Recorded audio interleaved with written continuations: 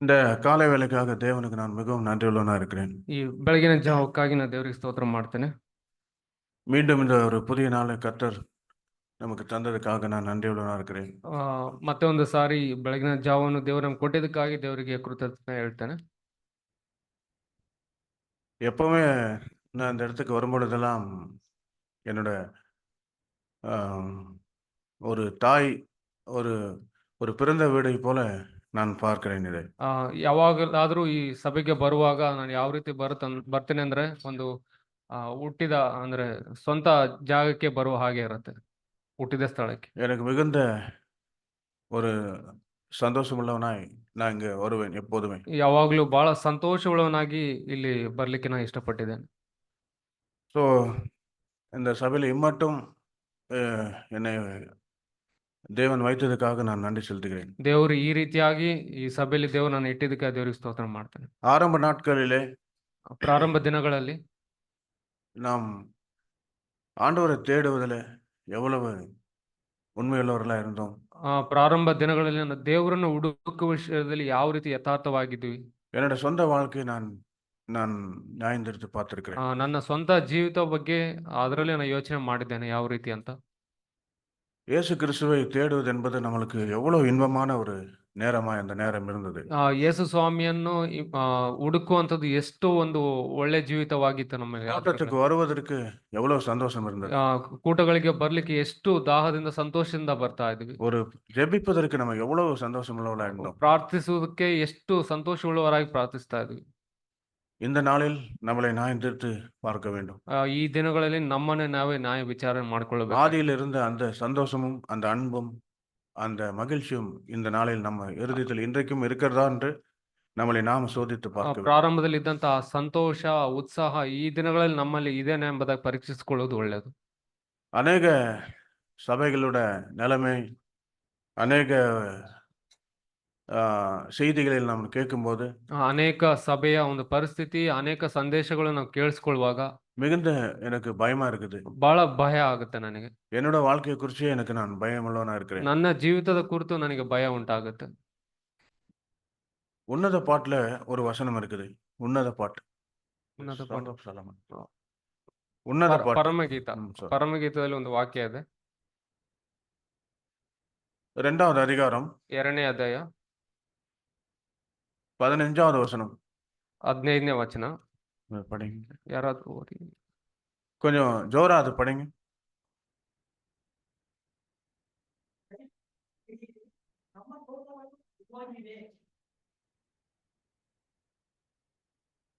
நம்மளோட திராட்சை தோட்டத்துல புலி நரிகள், சிறு நரிகள் வந்து விட்டதா என்பதை நாம் கவனிக்க வேண்டும். ನಮ್ಮ ದ್ರಾಕ್ಷಿ ತೋಟದಲ್ಲಿ ಆ ಚಿಕ್ಕ ಚಿಕ್ಕ ನರಿಗಳು ಬಂದಿದ್ಯಾವ ಇಲ್ಲ ಎಂಬುದಾಗಿ ಯೋಚನೆ ಮಾಡ್ಕೊಳ್ಬೇಕಾಗಿದೆ. ஏனென்றால் ஒரு திராட்சை தோட்டத்துல வந்துட்டு அந்த நரிகளுக்கு ஒன்றும் தெரியாது, அது பிஞ்சை கூட பறிச்சு நாசம் பண்ணிடும். ಆ ನರಿಗಳಿಗೆ ಆ ದ್ರಾಕ್ಷಿ ತೋಟದಲ್ಲಿ ದೊಡ್ಡ ಹಣ್ಣು ಚಿಕ್ಕ ಹಣ್ಣು ಗೊತ್ತಾಗೋದಿಲ್ಲ, ಆ ಚಿಕ್ಕ ಹಣ್ಣು ಕೂಡ ಕಿತ್ ಬಿಡ್ತವೆ. ஒரு அருமையான திராட்சை தோட்டத்தில் நரிகள் வந்தால் என்ன ஆகும்? ಒಂದು ಒಳ್ಳೆ ದ್ರಾಕ್ಷಿ ತೋಟದಲ್ಲಿ ನರಿಗಳು ಬಂದ್ರೆ ಏನಾಗುತ್ತೆ? அந்த தோட்டத்தில் இருக்கிற பிஞ்சுகள் எல்லாம் பறிச்சு விடும். ಆ ತೋಟದಲ್ಲಿ ಇದ್ದಂತ ಚಿಕ್ಕ ಚಿಕ್ಕ ಹಣ್ಣುಗಳು ಬಂದು ಎಳೆ ಹಣ್ಣುಗಳನ್ನು ಕಿತ್ತು ಬಿಡುತ್ತೆ ಅದು. நம்ம குடும்பம் என்கிற ஒரு திராட்சை தோட்டத்தை ನಮ್ಮ ಕುಟುಂಬ ಎಂಬ ಈ ದ್ರಾಕ್ಷಿ ತೋಟದಲ್ಲಿ தேவன் நம்மளுக்கு ஒரு பொறுப்பை கொடுத்திருக்கிறார். ಒಂದು ದೇವರು ನಮಗೆ ಒಂದು ಜವಾಬ್ದಾರಿಯನ್ನು ಕೊಟ್ಟಿದ್ದಾರೆ. ஒருவேளை நாம் நரிகளுக்கு இடம் கொடுத்துட்டோமான்ட்டு நம்ம பார்க்க வேண்டும். ಒಂದು ವೇಳೆ ನಾವು ನರಿಗಳಿಗೆ ಸ್ಥಳವನ್ನು ಕೊಟ್ಟಿದ್ದೀವ ಎಂಬುದಾಗಿ ಯೋಚನೆ ಮಾಡೋದು ಒಳ್ಳೆಯದು. ஸோ நம்ம வந்துட்டு ஆதியில நான் சொன்னது போல ஆதியில நம்ம தோட்டம் வந்து செழுமையா இருந்தது. ನಾನು ಹೇಳಿದ ಹಾಗೆ ಪ್ರಾರಂಭದಲ್ಲಿ ನಮ್ಮ ತೋಟ ಬಂದು ಬಹಳ ಚೆನ್ನಾಗಿತ್ತು. நம்ம அவ்வளவாய் ஆண்டவராக இயேசு கிறிஸ்துவை நேசித்தோம். ಅಷ್ಟಾಗಿ ನಾವು ಯೇಸು ಸ್ವಾಮಿಯನ್ನು ಪ್ರೀತಿಸಿದ್ವಿ. நம்ம தோட்டம் வந்து செல்வ செழிப்பாய் அது வந்து கனி நிறைந்த ஒரு தோட்டமா இருந்தது. ನಮ್ಮ ತೋಟ ಬಂದು ಸಮೃದ್ಧಿಯಾಗಿ ಫಲವು ತುಂಬಿದ ಒಂದು ತೋಟವಾಗಿತ್ತು. என்னோட இருதயம் வந்து அப்படிப்பட்ட ஒரு மகிமையா இருந்தது. ನನ್ನ ಹೃದಯ ಅಂತ ಮಹಿಮೆಯಿಂದ ತುಂಬಿತ್ತು. ஆனா இந்த நாளில நரிகள் வந்து கெடுத்து விட்டதா? ಆದ್ರೆ ಈ ದಿನಗಳಲ್ಲಿ ಅಂತ ನರಿಗಳು ನಮ್ಮಲ್ಲಿ ಬಂದು ಕೆಡಿಸಿ ಬಿಟ್ಟಿದ್ದೇನೆ. அதை நம்ம சோதித்து பார்க்க வேண்டும். ಅದನ್ನ ಪರಿಶೋಧಿಸಿಕೊಳ್ಳೋದು ಒಳ್ಳೆಯದು. தேவன் நம்மளுக்கு இந்த கொடுத்திருக்கிற நாட்களை நம்ம விரயமாக்க கூடாது. ದೇವರು ಈ ಕೊಟ್ಟಂತ ಕಾಲವನ್ನು ನಾವು ವ್ಯರ್ಥ ಮಾಡಬಾರದು. நம்மளை நாமளே நியாயந்திருத்து ஒவ்வொரு நாளும் ஜீவிக்க வேண்டும். ನಮ್ಮನ್ನೇ ನಾವು ಪರೀಕ್ಷಿಸಿ ಒಂದು ದಿನ ನ್ಯಾಯ ವಿಚಾರಣೆ ಮಾಡ್ಕೊಂಡು ಜೀವಿಸಬೇಕಾಗಿದೆ ಪ್ರತಿದಿನ. இன்னொரு வசனம் இருக்கு. ಇನ್ನೊಂದು ವಾಕ್ಯ ಇದೆ. அதே அதிகாரம் தான். உன்னத பாட்டு 5வது அதிகாரத்துல. ಪರಮಗೀತ 5ನೇ ಅಧ್ಯಾಯದಲ್ಲಿ வசனத்த 5, 5, 5, 5:5 6 கூட சேர்ந்து படிங்க brother.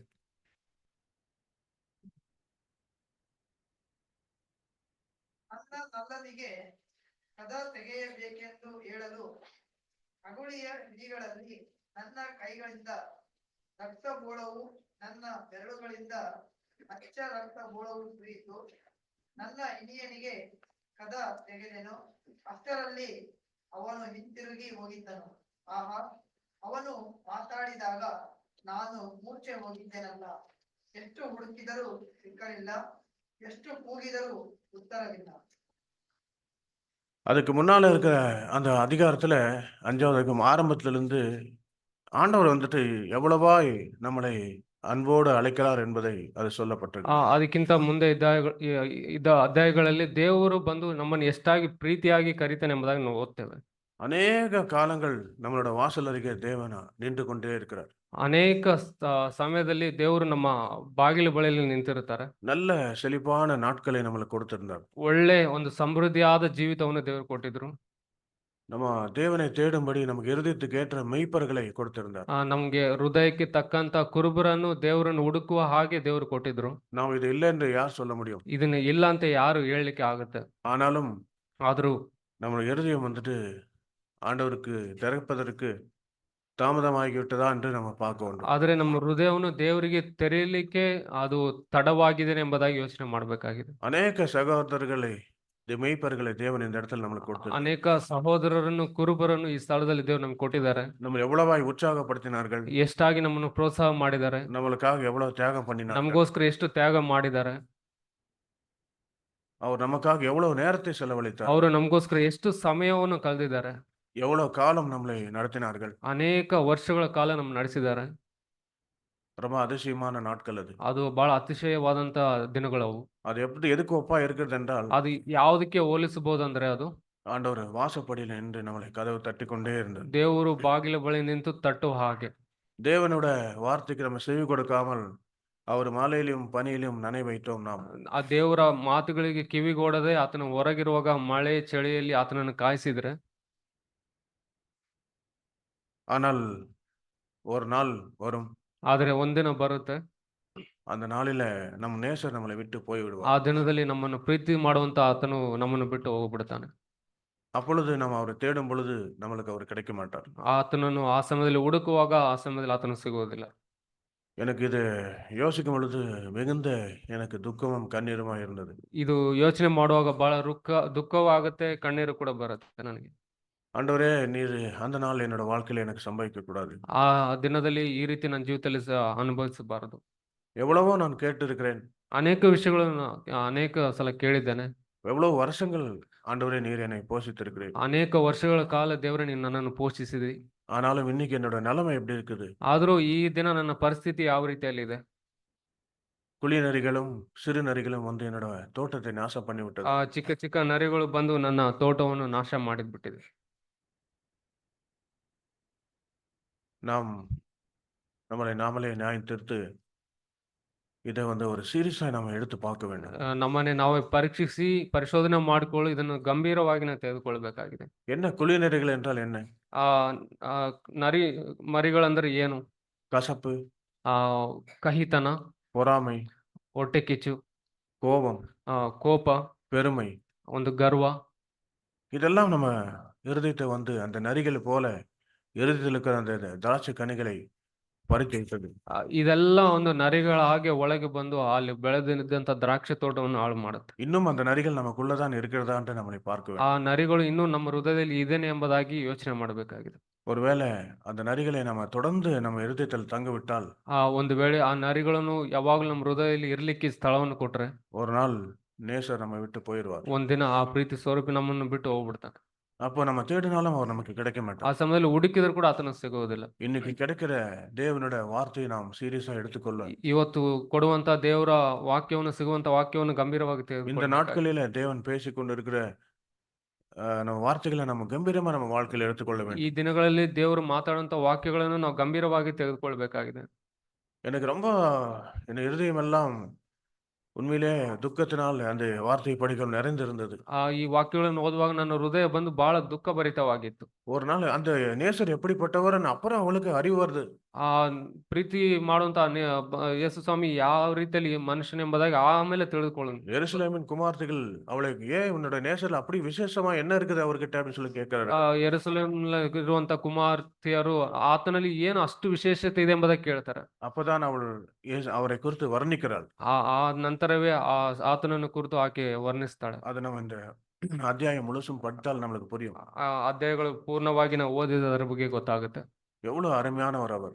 ಎಷ್ಟು ಒಳ್ಳೆ ಮನುಷ್ಯನ ಆತನು. அவர் முடிகள் வந்து தங்கம் கம்பிகளுக்கு ஒப்பானவை. ಆತನ ಕೂದಲು ಬಂದು ಬೆಳ್ಳಿಯ ತರ ಇರುತ್ತೆ ಅದು. அவர் கண்கள் வந்துட்டு சிவப்பு நிறைந்தவள். ಆ ಆತನ ಅವ್ರ ಕಣ್ಣುಗಳು ಕಣ್ಗಳು- ಬಂದು ಪ್ರಕಾಶಮಯವಾಗಿತ್ತು. அவர் முகம் வந்துட்டு வெண்பனி போல வெண்மையானவை. ಆತನ ಮುಖವು ಬಂದ್ಬಿಟ್ಟು ಬೆಳ್ಳನೆ ಇರುವಂತ ಅಪರಂಜಿ ಹಾಗೆ ಇರುತ್ತೆ. சோ அநேக காரியங்களை இந்த வசனத்துல சொல்லப்பட்டிருக்கு. ಅನೇಕ ವಿಷಯಗಳು ಈ ವಾಕ್ಯಗಳಲ್ಲಿ ಬರೆಯಲ್ಪಟ್ಟಿದೆ. நம்ம ஒரு காலத்துல தேசரை நம்ம அப்படித்தான் புரிந்து வைத்திருந்தோம். ಆ ಒಂದು ಕಾಲದಲ್ಲಿ ಯೇಸು ಸ್ವಾಮಿ ದೇವರನ್ನು ನಾವು ಆ ರೀತಿಯಾಗಿ ತಿಳ್ಕೊಂಡಿದ್ವಿ. அதனால்தான் அந்த அழகிலே நம்ம மயங்கி, அந்த அன்பிலே மயங்கி, அந்த அன்புக்கு அடிமையாய் ஒரு காலத்தில் நம்ம வாழ்ந்தோம். ಆದ್ರಿಂದಲೇ ಆತನ ಪ್ರೀತಿಯಲ್ಲಿ ನಾವು ಕಳೆದು ಹೋದವರಾಗಿ ಆತನ ಪ್ರೀತಿಯಲ್ಲಿ ಇದ್ವಿ ನಾವು. ஆனா இன்றைக்கு நம்மளோட நிலைமை, ಆದ್ರೆ ಈ ದಿನ ನಮ್ಮ ಪರಿಸ್ಥಿತಿ, அதே அன்பு நமக்குள்ள இன்னைக்கும் இருக்கிறதா? ಅದೇ ಪ್ರೀತಿ ನಮ್ಮಲ್ಲಿ ಇನ್ನೂ ಇದೆನಾ? ஒருவேளை அப்படிப்பட்ட அருமையான நேசர் நம்மளை விட்டு போய்விட்டால் நமக்கு எவ்வளவு பாதிப்பு வரும் யோசிச்சு பாருங்க. ಒಂದು ವೇಳೆ ಅಂತ ಪ್ರೀತಿ ಉಳ್ಳ ಅಂತ ಸ್ವಾಮಿ ನಮ್ಮ ಬಿಟ್ಟು ಹೋಗಿದ್ರೆ நம்ம இருதயம் தாங்கிக் கொள்ளாத முடியாத ஒரு துக்கம் அது. ಅದು ನಮ್ಮ ಹೃದಯವನ್ನು ಸಹಿಸಿಕೊಳ್ಳದ ಅಂತ ದುಃಖ ಅದು. எவ்வளவு அருமையான நேசர் என்னை விட்டு போய்விட்டாரே. ಎಷ್ಟು ಒಳ್ಳೆ ಸ್ವಾಮಿ ನನ್ನನ್ನು ಬಿಟ್ಟು ಹೋಗ್ಬಿಟ್ಟಿದ್ದಾರೆ. இப்போ அவளோட அந்த உன்னத பாட்டுல அவளோட அந்த ஸ்ரீனோட நிலைமை அப்படித்தான் இருந்தது. ಆ ಪರಮ ಗೀತದಲ್ಲಿ ಆ ಸ್ತ್ರೀಯ ಪರಿಸ್ಥಿತಿ ಆ ರೀತಿಯಾಗಿತ್ತು. உலக மயக்கம், ಲೋಕದ ಮಾಯೆ, தூக்கம் வந்துட்டு உலகத்தினோட மயக்கத்தினால் நம்ம அப்படியே தெரியாமல் தூங்கிக் கொண்டே இருக்கிறோம். ನಿದ್ರೆ ಬಂದು ಲೋಕದ ಮಾಯೆಯಲ್ಲಿ ಎಚ್ಚೆತ್ತುಕೊಳ್ಳದ ಹಂಗೆ ನಿದ್ರೆ ಮಾಡ್ತಾ ಇದೆ. உலகம் நம்மளை தூக்கத்துக்குள் கொண்டு போய் விடுகிறது. ಈ ಲೋಕ ಬಂದು ಲೋಕದ ಮಾಯೆ ನಿದ್ರೆ ಒಳಗೆ ತೆಗೆದುಕೊಂಡು ಹೋಗುತ್ತೆ. தூக்கம் என்றால் இந்த உலகத்தோட மயக்கத்தை நான் சொல்கிறேன். ನಿದ್ರೆ ಅಂದ್ರೆ ಈ ಲೋಕದಲ್ಲಿರುವಂತಹ ಮಾಯೆ ಬಗ್ಗೆ ನಾವು ಮಾತಾಡ್ತಾ ಇದ್ದೇನೆ. நேசருக்கு கதவு திறக்க முடியாதபடிக்கு நம்ம தூங்கிக் கொண்டே இருக்கிறோம். ಆ ಪ್ರೀತಿ ಸ್ವರೂಪಿಯಾದ ಸ್ವಾಮಿಗೆ ನಾವು ಕದವನ್ನು ತೆಗೆಯಲಾರದಷ್ಟು ನಾವು ನಿದ್ದೆ ಮಾಡ್ತಾ ಇದ್ದೇವೆ. உலகத்தோட கவலைகள், ಆ ಲೋಕದ ಚಿಂತೆಗಳು, ஐஸ்வர்யத்தின் மயக்கம், ಐಶ್ವರ್ಯದ ಭಾರ, மற்றவர்களை குறித்து நம்ம ஒரு பெஸ்ட் ஒப்பீனியன் நம்ம சொல்வாங்களோங்க கூடிய ஒரு இச்சை, ಬೇರೆಯವರ ಕುರಿತು ಅವ್ರ ಮೇಲೆ ನನಗೆ ಒಳ್ಳೆ ಅಭಿಪ್ರಾಯನ ಹೇಳ್ತಾರೆ ಎಂಬ ಒಂದು ಆಸೆ, மற்றவர்களை குறை சொல்லக்கூடிய ஒரு வாழ்க்கை, ಬೇರೆಯವರನ್ನು ಕೊರತೆ ಹೇಳುವಂತ ಜೀವಿತ, இதெல்லாம் நம்ம வாழ்க்கையில நடப்பித்து ಇದೆಲ್ಲ ನನ್ನ ಜೀವಿತದಲ್ಲಿ ಬಂದ್ಬಿಟ್ಟು நாம் சோர்ந்து போகிறோம். ನಾವು ಸೋತು ಹೋಗ್ತೇವೆ. ஆண்டவர்கிட்ட போறதுக்கு மனமில்லை. ದೇವರ ಹತ್ರ ಹೋಗ್ಲಿಕ್ಕೆ ಮನಸ್ಸಿಲ್ಲ. ஏன்னா அவர அழகை நம்ம மறந்து போனோம். ಯಾಕೆಂದ್ರೆ ಆತನ ಸುಂದರತೆಯನ್ನು ನಾವು ಮರೆತು ಬಿಟ್ಟಿದ್ದೇವೆ. இதுதான் ஆண்டவரே, நான் என்னை குறித்து நான் திருத்து பார்க்கிறேன். ಇದನ್ನೇ ನನ್ನನ್ನು ಕುರಿತು ನಾನು ನ್ಯಾಯ ವಿಚಾರಣೆ ಮಾಡ್ಕೊಳ್ತೇನೆ. ஆண்டவரே, நீர் மாத்திரம் என்னை விட்டு போய்விடாதே ஆண்டவரே. நீங்க மாத்திரம் என்னை விட்டு போயிடாதீங்க ஆண்டவரே. ಸ್ವಾಮಿ, ನೀವು ಮಾತ್ರ ನಮ್ಮನ್ನು ಬಿಟ್ಟು ಹೋಗ್ಬೇಡ್ರಿ. என்னோட வாழ்க்கையில் எது வேண்டுமானாலும் போய்விடட்டும். ನನ್ನ ಜೀವಿತದಲ್ಲಿ ಏನ್ ಬೇಕಾದ್ರೂ ಹೋಗ್ಲಿ, ஆனா நீர் மாத்திரம் என்னோட பக்கத்தில் இருக்கணும் ஆண்டவரே. ಅದು ನೀವು ಮಾತ್ರ ನನ್ನ ಪಕ್ಕದಲ್ಲಿ ಇರ್ಬೇಕು ದೇವ್ರೆ. உம்மை விட்டு என்னால் வாழ முடியாது. ನಿನ್ನನ್ನು ಬಿಟ್ಟು ನನ್ಗೆ ಜೀವಿಸ್ಲಿಕ್ಕೆ ಆಗೋದಿಲ್ಲ. அந்த ஸ்திரீனோட கூக்குரல் அப்படித்தான் இருந்தது. ಆ ಸ್ತ್ರೀಯ ಕೂಗುವಿಕೆ ಆ ರೀತಿಯಲ್ಲಿ ಇತ್ತು. நேசரை நான் காணாமல் போய்விட்டாரே என்று அங்கலாய்த்துக் கொண்டார். ಆ ಸ್ವಾಮಿ ನನ್ನನ್ನು ಬಿಟ್ಟು ಕಾಣದೆ ಹೋಗ್ಬಿಟ್ಟಿದ್ದಾರೆ ಎಂಬುದಾಗಿ ಅಂಗಲ ಹಚ್ಚಿದಳು ಅವಳು. யாரானா பாத்தீங்கன்னா சொல்லுங்க அப்படின்னு சொல்றார். ಯಾರಾದ್ರೂ ನೋಡಿದ್ರೆ ಹೇಳ್ರಿ ಎಂಬುದಾಗಿ ಹೇಳ್ತಾ ಇದ್ಲು. இது கடைசி காலமா இருக்கிறது. ಇದು ಕಡೆ ದಿನಗಳಾಗಿದೆ. ஆண்டவரோட கொடுத்த நாட்கள் எல்லாம் முடிய சமீபமா இருக்கிறது. ದೇವರು ಕೊಟ್ಟಂತ ದಿನಗಳು ಆಗುವಂತ ಸಮಯ ಆಗಿದೆ. நாம் விழித்துக் கொள்ள வேண்டும். ನಾವು ಎಚ್ಚೆತ್ತುಕೊಳ್ಳಬೇಕಾಗಿದೆ. தேவன் நம்மளை வருந்தி அழைக்கிறார். ದೇವರು ಬರುವಿಕೆಗೆ ಕರೀತಾ ಇದ್ದಾರೆ. எப்படிப்பட்ட உற்சாகம் இருந்தது. ನಮ್ಗೆ ಯಾವ ರೀತಿ ಪ್ರೋತ್ಸಾಹ ಇತ್ತು ನಮ್ಮಲ್ಲಿ. ஆண்டவர் வந்துட்டு அந்த சிறிய குறித்து எப்படி என்னோட படிச்ச ஒரே ஒரு அந்த வார்த்தை படிங்க. ವಾಕ್ಯವನ್ನು ಓದ್ಕೊಳ್ಳೋಣ.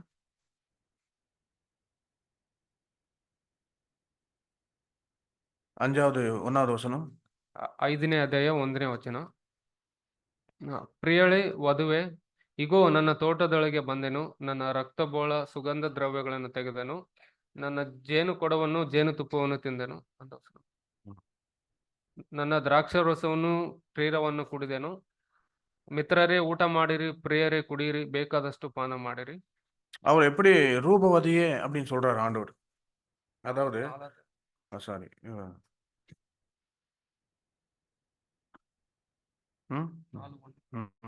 நாலு 4:1 ಸಾರಿ 4:1 4ನೇ ಅಧ್ಯಾಯ 1ನೇ ವಚನ. ಆಹಾ ನನ್ನ ಪ್ರಿಯಳೇ, ನೀನು ಎಷ್ಟು ಚೆಲುವೆ, ಆಹಾ ನೀನು ಎಷ್ಟು ಸುಂದರಿ, ಮುಸುಕು ಒಳಗಿನ ನಿನ್ನ ನೇತ್ರಗಳು ಪಾರಿವಾಳಗಳು, ನಿನ್ನ ಕೂದಲು ಗಿಲ್ಯಾದ್ ಬೆಟ್ಟದ ಪಾರ್ಶ್ವದಲ್ಲಿ ಮಲಗಿರುವ ಆಡು ಮಂದೆ. இப்படிப்பட்ட உற்சாகமுள்ள வார்த்தைகள் நம்மளோட மூப்பர்கள் மூலமாய் ನಾವು ಅನೇಕ ಕಾಲங்கள் ಕೇಳಿರುக்கிறோம். ಇಂಥ ಪ್ರೋತ್ಸಾಹವಾದಂತ ಮಾತುಗಳು ನಮ್ಮ ಕುರುಬರ ಮೂಲಕ ನಾವು ಅನೇಕ ವರ್ಷಗಳು ಕೇಳಿದ್ದೇವೆ.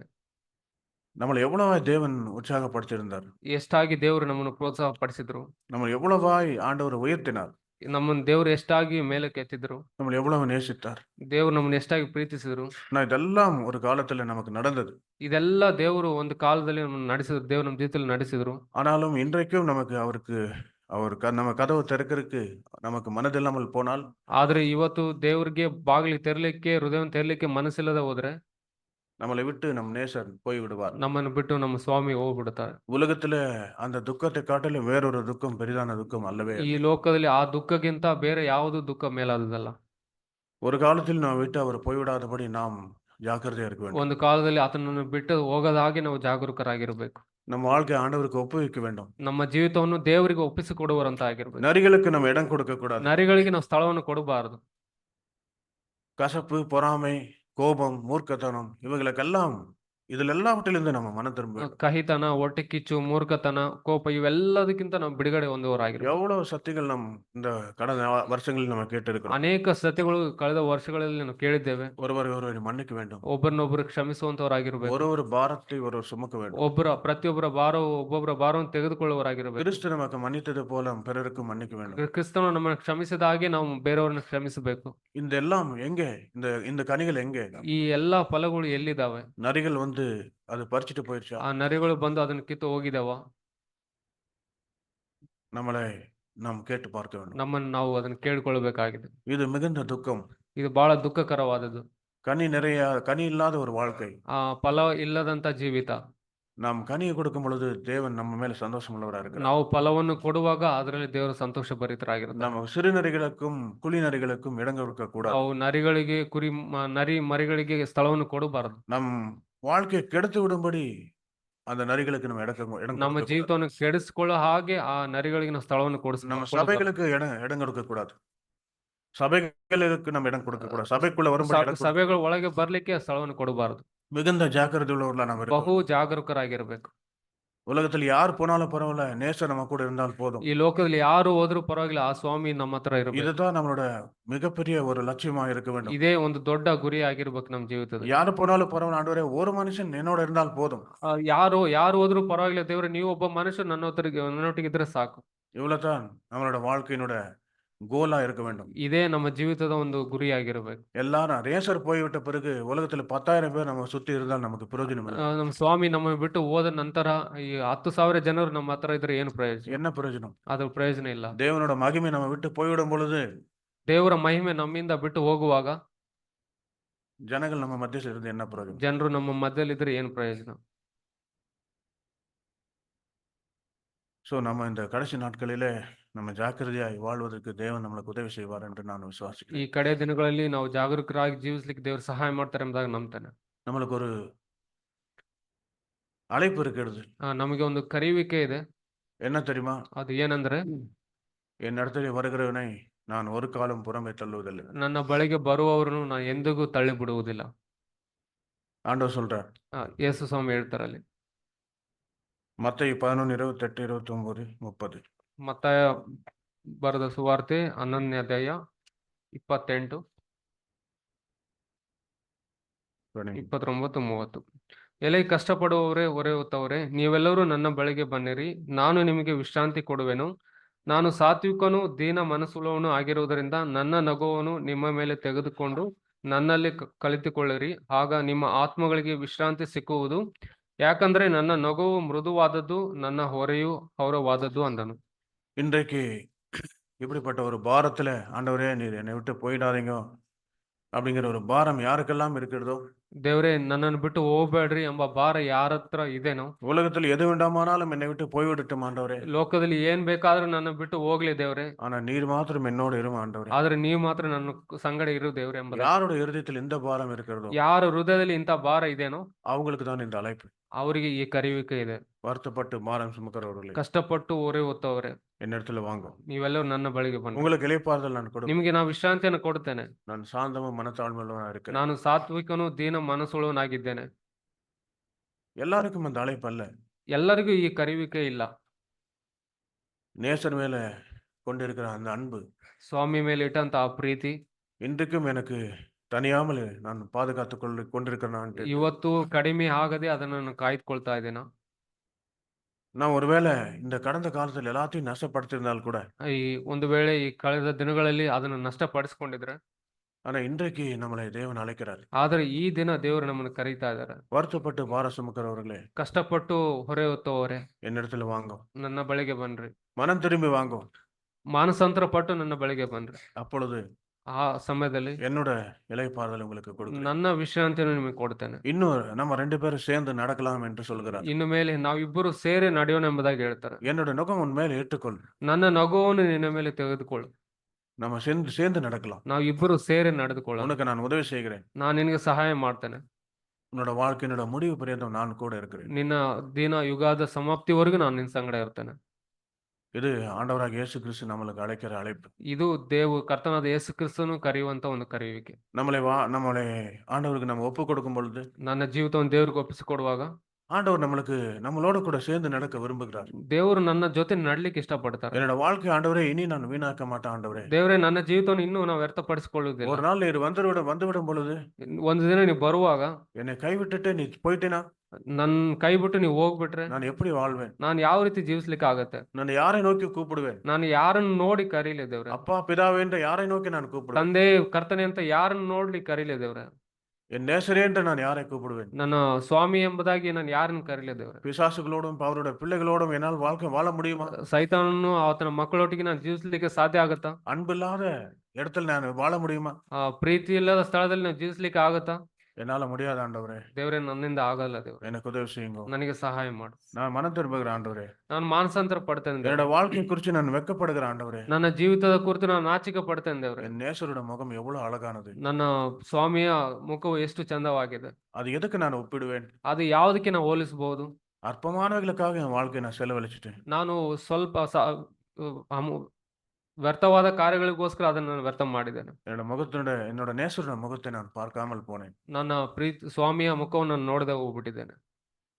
மிகப்பெரிய ஒரு துக்கமான காரியம் இது. ಇದು ಒಂದು ದೊಡ್ಡ ದುಃಖಕರವಾದಂತ. ஆனாலும் நம்ம சோர்ந்து போக தேவையில்லை. ಆದರೂ ಸೋತು ಹೋಗುವಂತ ಅವಶ್ಯಕತೆ ಇಲ್ಲ. இன்றைக்கு தேவன் நம்மளை அழைக்கிறார். ಇವತ್ತು ದೇವರು ನಮ್ಮನ್ನು ಕರೀತಾ ಇದ್ದಾರೆ. என் வாழ்க்கை தேவனுக்கு நான் கொடுக்கும் பொழுது, ನನ್ನ ಜೀವಿತವನ್ನು ನಾವು ದೇವರಿಗೆ ಕೊಡುವಾಗ, நான் உண்மையை உள்ளத்தின் ஆழத்திலிருந்து நான் சத்தியத்தை சொல்கிறேன். ಹೃದಯದ ಆಳದಿಂದ ಸತ್ಯವಾಗಿ ಹೇಳ್ತೇನೆ, நம்மளை போல சந்தோஷமுள்ள மனுஷன் இந்த உலகத்தில் யாரும் இருக்க முடியாது. ನಮ್ಮ ಹಾಗೆ ಸಂತೋಷವುಳ್ಳಂತ ಮನುಷ್ಯ ಈ ಲೋಕದಲ್ಲಿ ಯಾರು ಇರೋದಿಲ್ಲ. அதோட அந்த ஹெவன் நம்ம கூட இருக்குது. ಆ ಪರಲೋಕ ನನ್ನ ಜೊತೆ ಇರುತ್ತೆ. எவ்வளவு மகிமை, ಅದು ಎಂತ ದೊಡ್ಡ ಮಹಿಮೆ, ಅದು எவ்வளவு சந்தோஷமானது. ಎಷ್ಟು ಸಂತೋಷಕರವಾದದ್ದು ಅದು. ஏன் ஒரு அற்பமான சந்தோஷங்களுக்காக, சிற்றின்பங்களுக்காக நம்ம அலைய வேண்டும்? ಸ್ವಲ್ಪ ಕಾಲ ಇರುವಾಗ ಆಶಾಪಾಶಗಳಿಗೋಸ್ಕರ ಯಾಕೆ ಆ ಸಂತೋಷವನ್ನು ಕಳೆದುಕೊಳ್ಬೇಕು ನಾವು? அவர் நம்மோடு இருக்கும் பொழுது தான் இந்த உலகத்தை நாம் மறக்க முடியும். ಆತನು ನನ್ನೊಟ್ಟಿಗೆ ಇರುವಾಗಲೇ ನಾವು ಲೋಕವನ್ನು ಮರೀಲಿಕ್ಕೆ ಸಾಧ್ಯ ಆಗುತ್ತೆ. இல்லாவிட்டால் இயேசு ஆண்டவராக ரட்சகர் நம்மளை விட்டு போய்விட்டால், ಇಲ್ಲವ ಯೇಸು ಸ್ವಾಮಿ ನನ್ನನ್ನು ಬಿಟ್ಟು ಹೋಗ್ಬಿಟ್ರೆ அந்த உலகம் எனக்கு பெரிதாய் மாறிவிடும். ಈ ಲೋಕ ನನಗೆ ದೊಡ್ಡದಾಗಿ ಮಾರ್ಪಡುತ್ತೆ. எனக்கு பணம் பெருசாய் மாறிவிடும். ನನಗೆ ಹಣ ದೊಡ್ಡದಾಗಿ ಕಾಣುತ್ತೆ. மனுஷரோட மகிமை பெருசாய் மாறி, ಮನುಷ್ಯರ ಒಂದು ಮಹಿಮೆ ನನಗೆ ದೊಡ್ಡದಾಗಿ ಕಾಣುತ್ತೆ. செல்வாக்கு எனக்கு பெரிதாய் மாறி. ಒಂದು ಸಂಪತ್ತು ದೊಡ್ಡದಾಗಿ ಕಾಣುತ್ತೆ. ஏனென்றால் ஆண்டவர் நம்ம கூட இல்லை. ಯಾಕೆಂದ್ರೆ ಯೇಸು ಸ್ವಾಮಿ ನನ್ನ ಸಂಗಡ ಇಲ್ಲ. இயேசு கிறிஸ்து நம்ம கூட இருக்கும் பொழுது, ಯೇಸು ಸ್ವಾಮಿ ನನ್ನ ಸಂಗಡ ಇರುವಾಗ அப்போஸ்தலனாகிய பவுல் சொல்கிறார், ಅಪೊಸ್ತಲನಾದಂತ ಪೌಲನು ಹೇಳ್ತಾನೆ, இதெல்லாம் குப்பை. ಇದೆಲ್ಲ ಒಂದು ಕಸ ಎಂಬುದಾಗಿ ಹೇಳ್ತಾನೆ. எப்படி அவரால் சொல்ல முடிந்தது? ಅದು ಯಾಕೆ ಪೌಲನು ನಂಗೆ ಹೇಳಲಿಕ್ಕೆ ಹೆಂಗೆ ಸಾಧ್ಯ ಆಯ್ತು? ஆண்டவர் அவரோட கூட இருந்தார். ಯಾಕಂದ್ರೆ ದೇವರು ಆತನ ಸಂಗಡ ಇದ್ರು. ஏன்னா இது சத்தியம், ಯಾಕಂದ್ರೆ ಇದು ಸತ್ಯವಾಗಿದೆ, இது பொய்யல்ல, ಇದು ಸುಳ್ಳಲ್ಲ, இது குப்பைதான். ಇದು ಬಂದು ಕಸ. எப்படி சொல்றான்னு சொன்னால், ಅದು ಯಾವ ರೀತಿ ಹೇಳ್ತಾ ಇದ್ದಾನಂದ್ರೆ, ஆண்டவர் வரும் பொழுது ದೇವರು ಬರುವಾಗ இதெல்லாம் எரிந்து சாம்பலாய் போய்விடும். ಇದೆಲ್ಲ ಸುಟ್ಟು ಬೂದಿಯಾಗಿ ಹೋಗ್ಬಿಡುತ್ತೆ. இந்த உலகத்துக்காக நம்ம போராடும் நாட்களை குறித்து நாம் உண்மையிலே நாம் அந்த நாள்ல மன ಈ வருத்தப்படுவோம். ಲೋಕಕ್ಕಾಗಿ ಲೋಕದ ವಿಷಯಗಳಿಗೆ ಹೋರಾಡಿದ ದಿನಗಳಿಗೋಸ್ಕರ ಆ ದಿನದಲ್ಲಿ ನಾವು ದುಃಖ ಪಡುತ್ತೇವೆ. லோத்தோட மனைவி சோதோமை பார்த்து ஐயோ என் வீடு என்னாச்சுன்னு திரும்பி பார்த்தாங்க. ಆ ಲೋಟನ ಹೆಂಡತಿ ಸೋದಮ್ ಊರನ್ನು ಬಿಟ್ಟು ನನ್ನ ಮನೆ ಏನಾಗಿದೆ ಎಂಬುದಾಗಿ ತಿರುಗಿ ನೋಡಿದ್ರು. என்னத்தை கண்டால் அவள்? ಅವ್ರು ಏನನ್ನು ನೋಡಿದ್ರು ಆ ಸ್ತ್ರೀಯು? சாம்பலை கண்டாள். ಆ ಬೂದಿಯನ್ನು ನೋಡಿದ್ರು. அவ்வளவுதான். ಅಷ್ಟೇ. நாம் கூட நம்ம சொத்து செல்வாக்குகள் எல்லாம் திரும்பி பார்க்கும்போது ನಾವು ಕೂಡ ನಮ್ಮ ಆಸ್ತಿ ಸಂಪತ್ತುಗಳನ್ನು ತಿರುಗಿ ನೋಡುವಾಗ அது சாம்பலாய் தான் தெரியும். ಅದು ಬೂದಿಯಾಗಿ ನಮ್ಗೆ ಕಾಣುತ್ತೆ. அந்த சத்தியம் இன்றைக்கே நம்ம புரிந்து கொள்ள வேண்டும். ಆ ಸತ್ಯವನ್ನು ಈ ದಿನಗಳಲ್ಲಿ ನಾವು ತಿಳಿದುಕೊಳ್ಳಬೇಕಾಗಿದೆ. இயேசு கிறிஸ்து வரும் வரைக்கும் அது காத்திருக்க கூடாது. ಅದು ಯೇಸು ಸ್ವಾಮಿ ಬರೋವರೆಗೂ ಆ ದಿನದಲ್ಲಿ ಅದು ತಿಳಿದುಕೊಳ್ಳಬಾರದು. இன்றைக்கு நம்மளுக்கு அது விளங்க வேண்டும். ಇವತ್ತು ಅದನ್ನು ತಿಳುವಳಿಕೆ உலகத்துக்காக நாம் என்ன பிரயாசப்பட்டாலும் ஒரு நாள் எல்லாம் ஒன்றுமில்லாமல் போய்விடும். ಈ ಲೋಕಕ್ಕಾಗಿ ಎಷ್ಟು ಯಾವುದೇ ಪ್ರಯಾಸ ಪಟ್ಟರು ಒಂದಿನದಲ್ಲಿ ಇದು ಏನು ಇಲ್ಲದಾಗ ಆಗುತ್ತೆ. ஆனா ஆண்டவருக்காக ஒரே ஒரு கிளாஸ் தண்ணீர் மாற்றம் கொடுத்தால் கூட ಆದ್ರೆ ದೇವರಿಗೋಸ್ಕರ ಒಂದು ಗ್ಲಾಸ್ ಲೋಟ ತಣ್ಣೀರು ಕೊಟ್ರೆ ಸಾಕು. அது கூட தேவனுடைய ராஜ்யத்தில் பலனுள்ளதா இருக்கும். ಅದು ಕೂಡ ದೇವರ ರಾಜ್ಯದಲ್ಲಿ ಪ್ರತಿಫಲವನ್ನು ಕೊಡುತ್ತೆ. அதுக்காக தான் நம்ம வாழ வேண்டும். ಅದಕ್ಕಾಗಿ ನಾವು ಜೀವಿಸಬೇಕಾಗಿದೆ. உலகத்துக்காக நம்ம வாழக்கூடாது. ಲೋಕಕ್ಕಾಗಿ ನಾವು ಜೀವಿಸಬಾರದಾಗಿದೆ. தேவன் நமக்கு உதவி செய்வார். ದೇವರು ನಮಗೆ ಸಹಾಯ ಮಾಡ್ತಾನೆ. ஆமென். ಆಮೆನ್.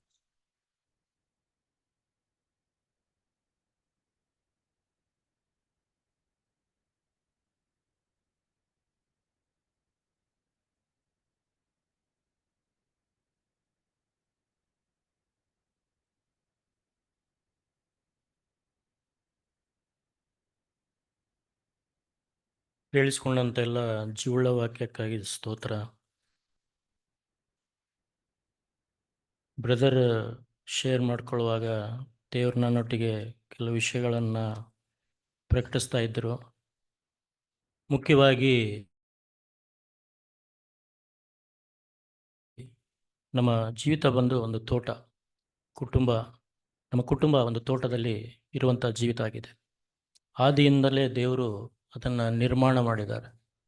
ಆದಿಕಾಂಡ 2ನೇ ಅಧ್ಯಾಯ. ನಮ್ಮ ಪ್ರಾರಂಭದ ಒಂದು ಪ್ರೀತಿ, ಅನ್ಯೋನ್ಯತೆ, ಐಕ್ಯತೆ, ಆ ಒಂದು ಕನ್ಸರ್ನ್, ಕಾಳಜಿ, ಆ ನಂಬಿಗಸ್ತಿಕೆ ಹೇಗಿರುತ್ತೆ ಅಂತ ಒಂದು ಚಿತ್ರಣವನ್ನು ಆದಿಯಿಂದಲೇ ದೇವರು ಅದನ್ನು ನಮಗೆ ತೋರಿಸ್ತಾ ಇದ್ದಾರೆ.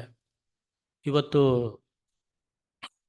ಒಂದು ವಧು ಮತ್ತು ವರರ ಬಗ್ಗೆ ನಾವು ನೋಡುವಾಗ ಗಂಡ ಹೆಂಡತಿ ಹೊಸದಾಗಿ ಮದುವೆಯಾದಂಥ ಒಂದು ಚಿತ್ರಣವನ್ನು ನಾವು ನೋಡ್ತೇವೆ. ಅಲ್ಲಿ ಅವರಲ್ಲಿರುವಂಥ ಒಂದು ಪ್ರೀತಿ, ಐಕ್ಯತೆ, ಒಂದು ನಂಬಿಗಸ್ತಿಕೆ, ಅನ್ಯೋನ್ಯತೆ ಬಹಳ ಹತ್ತಿರದಿಂದ ಇರುವಂಥದ್ದಾಗಿದೆ. ಒಬ್ಬರನ್ನೊಬ್ಬರು ಬಿಟ್ಟಿಲ್ಲಾರ್ದಂಥ ಜೀವಿತ, ಅಷ್ಟು ಐಕ್ಯತೆಯಲ್ಲಿರ್ತಾರೆ. ಇಲ್ಲಿನೂ ಸಹ ಆದಿಯಲ್ಲಿ ದೇವರು ನಮ್ಮನ್ನು ಸಹ ಆ ಒಂದು ತೋಟದಲ್ಲಿ ಇಡಲಿಕ್ಕೆ ಬಯಸಿದ್ದಾರೆ. ಅದು ಕ್ರಿಸ್ತನ ದೇಹವೆಂಬ ಶರೀರ ಸಭೆ. ಇಲ್ಲಿ ಒಂದು ವಚನ ಓದಿಕೊಳ್ಳೋಣ. ಆದಿಕಾಂಡ 2ನೇ ಅಧ್ಯಾಯ 9ನೇ ವಚನ.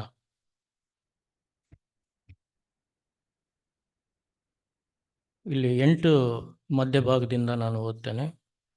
ಒಂದು ಉದ್ಯಾನವನವನ್ನು ಮಾಡಿ ತಾನು ರೂಪಿಸಿದ ಮನುಷ್ಯನನ್ನು ಅದರಲ್ಲಿ ಇರಿಸಿದನು, ಮತ್ತು ದೇವರು ನೋಟಕ್ಕೆ ರಮ್ಯವಾಗಿಯೂ ಊಟಕ್ಕೆ ಅನುಕೂಲಕವಾಗಿಯೂ ಇರುವ ಎಲ್ಲ ಥರದ ಮರಗಳನ್ನು ಈ ಭೂಮಿಯಲ್ಲಿ ಬೆಳೆಯ ಮಾಡಿದನು.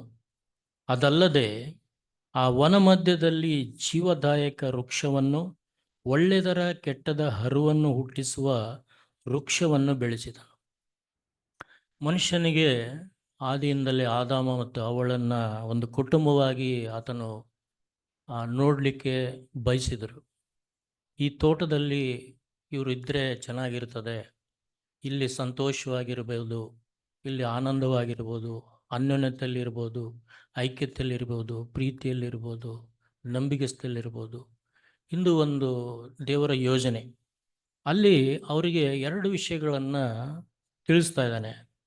ಅಲ್ಲಿ ಏನಂದರೆ ಆ ತೋಟದಲ್ಲಿ ಅಲ್ಲಿ ಹೇಳ್ತಾ ಇದ್ದಾನೆ, ಜೀವದಾಯಕ ವೃಕ್ಷವನ್ನು ಮತ್ತು ಒಳ್ಳೆದರ ಕೆಟ್ಟದ ಹರುವನ್ನು ಹುಟ್ಟಿಸುವ ವೃಕ್ಷವನ್ನು. 2 ವೃಕ್ಷಗಳನ್ನು ದೇವರಲ್ಲಿ ಇಟ್ಟಿದ್ದಾರೆ. ಒಂದು ಲೈಫ್ ಆಫ್ ಟ್ರೀ, ಇನ್ನೊಂದು ಹರುವನ್ನು ಹುಟ್ಟಿಸುವಂಥ ವೃಕ್ಷ. What is the good, what is the bad, ಈ ಎರಡನ್ನ ಇಟ್ಟಿದ್ದಾರೆ ದೇವರು. ಆಮೇಲೆ ಅವರು ಅಲ್ಲಿ ಜೀವಿಸ್ಲಿಕ್ಕೆ ಸ್ಟಾರ್ಟ್ ಮಾಡಿದರು. ಆಮೇಲೆ ಆ ಕುಟುಂಬವಾಗಿ ಕಟ್ಟಿದರು. 3ನೇ ಅಧ್ಯಾಯಕ್ಕೆ ಬರುವಾಗ ಹೇಗೆ ಆ ಒಂದು ಐಕ್ಯತೆ, ಆ ಒಂದು ಅನ್ಯೋನ್ಯತೆಯಲ್ಲಿ ಅಡ್ಡಿಯಾಗಿರುವಂಥ ವಿಷಯಗಳು ಬ್ರದರ್ ಹೇಳ್ತಾ ಇದ್ದಾರಲ್ಲ. ಪರಮಗೀತೆ 2ನೇ ಅಧ್ಯಾಯ ನಾವು ಓದಿಕೊಳ್ಳೋಣ ಮತ್ತೊಮ್ಮೆ. ಪರಮಗೀತೆ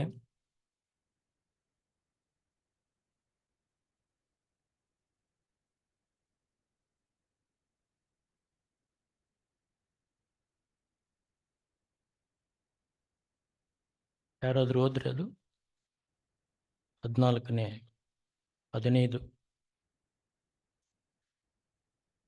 ತೋಟಗಳನ್ನು ಹಾಳು ಮಾಡುವ ಮರಿಗಳನ್ನು ಜೀವಿ, ನಮ್ಮ ತೋಟಗಳು ಹೂವಾಗಿವೆ. ನೋಡ್ರಿ, ತೋಟಗಳನ್ನು ಹಾಳು ಮಾಡುವ, ಅದು ಭಾಳ ಮುಖ್ಯ. ಇವತ್ತು ನಾವು ತೋಟವನ್ನು ನಾವು ಮನೆಯಲ್ಲಿ ಅಲ್ಲಲ್ಲಿ ಗಾರ್ಡನ್, ಚಿಕ್ಕ ಚಿಕ್ಕ ಗಾರ್ಡನ್ಗಳನ್ನು ಮಾಡ್ಕೊಂಡಿರ್ತೀವಿ. ಅದ್ರ ಬಗ್ಗೆ ಭಾಳ ಕಾಳಜಿ ಇರ್ತದೆ ನಮಗೆ. ಅಲ್ಲಿ ಹಾಳು ಮಾಡುವಂಥದ್ದು ಯಾವುದೇ ಒಂದು ಪ್ರಾಣಿ ಆಗಲಿ, ಯಾವುದು ಮನುಷ್ಯನಾಗಲಿ ಬರಲಿಕ್ಕೆ ಇಷ್ಟಪಡೋದಿಲ್ಲ.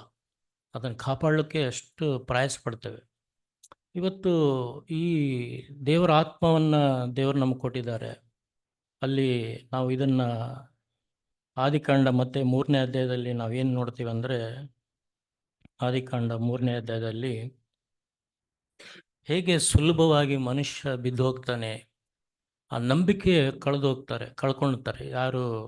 ಆದಾಮ, ಅವ್ವ, ಆ ಸ್ತ್ರೀ ಹೇಳಿರ್ತಾರೆ ದೇವರು, ಇದು ನಿನಗೆ ಜೀವ ಕೊಡುವಂಥ ವೃಕ್ಷ ಇದೆ, ಒಂದು ಒಳ್ಳೆಯದ್ರ ಕೆಟ್ಟದ ಹರವನ್ನು ಹುಟ್ಟಿಸುವಂಥ ವೃಕ್ಷ ಇದೆ ಅಂತ ಹೇಳಿ ಅಲ್ಲಿ ಹೇಳ್ತಾರೆ. 5ನೇ ಅಧ್ಯಾಯದಲ್ಲಿ 2ನೇ ವಚನದಿಂದ ಓದೋಣ. ಸ್ತ್ರೀಯು ತೋಟದಲ್ಲಿರುವ ಮರಗಳ ಹಣ್ಣುಗಳನ್ನು ನಾವು ತಿನ್ನಬಹುದು, ಆದರೆ ತೋಟದ ಮಧ್ಯದಲ್ಲಿರುವ ಈ ಮರದ ಫಲದ ವಿಷಯವಾಗಿ ಇದನ್ನು ತಿನ್ನಲು ಕೂಡದು, ಮುಟ್ಟಲು ಕೂಡದು, ತಿಂದರೆ ಸಾಯುವಿರಿ ಎಂದು ದೇವರು ಹೇಳಿದ್ದಾನೆ ಅಂದಳು. 4ನೇ ವಚನದಲ್ಲಿ ಸೈತಾನ ಯಾರು ನಾವು ಗ್ರಹಿಸ್ಕೊಳ್ಬೇಕು. ಆತನು ಒಬ್ಬ ಸುಳ್ಳುಗಾರನಾಗಿದ್ದಾನೆ, ಅವನನ್ನು ವಂಚನೆ ಮಾಡೋವನಾಗಿದ್ದಾನೆ, ಅವನು ನಮ್ಮನ್ನು ಬೀಳಿಸುವಂಥನಾಗಿದ್ದಾನೆ, ನಮ್ಮನ್ನು ಕೇಳಿಸುವಂಥವನಾಗಿದ್ದಾನೆ, ಹಾಳು ಮಾಡುವಂಥನಾಗಿದ್ದಾನೆ. ಏನು ಮಾಡ್ತಾನೆ ನೋಡಿ, ಅಲ್ಲಿ ಆ ಸ್ತ್ರೀಗೆ ಹೇಳ್ತಾನೆ, ನೀವು ಹೇಗೂ ಸಾಯುವುದಿಲ್ಲ, ನೀವು ಇದರ ಹಣ್ಣನ್ನು ತಿಂದಾಗಲೇ ನಿಮ್ಮ ಕಣ್ಣುಗಳು ತೆರೆಯುವವು, ನೀವು ದೇವರಂತೆ ಆಗಿ ಒಳ್ಳೆಯದರ ಕೆಟ್ಟದರ ಭೇದವನ್ನು ಅರಿತವರಾಗಿರಿ. ಇದು ದೇವರಿಗೆ ಚೆನ್ನಾಗಿ ಗೊತ್ತುಂಟು ಅಂದಿತು. ಆಗ ಸ್ತ್ರೀಯು ಆ ಮರದ ಹಣ್ಣು ತಿನ್ನುವುದಕ್ಕೆ ಉತ್ತಮವಾಗಿಯೂ ನೋಡುವುದಕ್ಕೆ ರಮ್ಯವಾಗಿಯೂ ಜ್ಞಾನೋದಕ್ಕೆ ಅಪೇಕ್ಷಿಸತಕ್ಕದ್ದಾಗಿಯೂ ಇದೆ ಎಂದು ತಿಳಿದು ಅದನ್ನು ತೆಗೆದುಕೊಂಡು ತಿಂದಳು ಮತ್ತು ತನ್ನ ಗಂಡನಿಗೂ ಸಹ ಕೊಟ್ಟಳು. ಡಿಯರ್ ಬ್ರದರ್ಸ್, ಯಾಕೆ ನಮ್ಮ ಮೊದಲನ ಪ್ರೀತಿ ನಾವು ಕಳ್ಕೊಳ್ತಾ ಇದ್ದೀವಿ?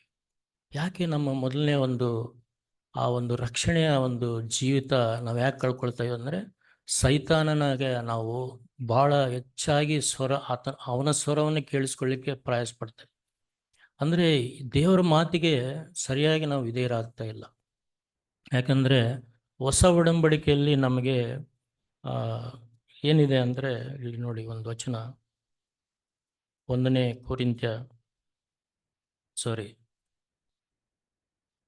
ಗಲಾತ್ಯದಲ್ಲಿ 5ನೇ ಅಧ್ಯಾಯದಲ್ಲಿ ದೇವರು ನಮಗೆ ಪೌಲನ ಮುಖಾಂತರ ಎಚ್ಚರಿಸ್ತಾ ಇದ್ದಾರೆ.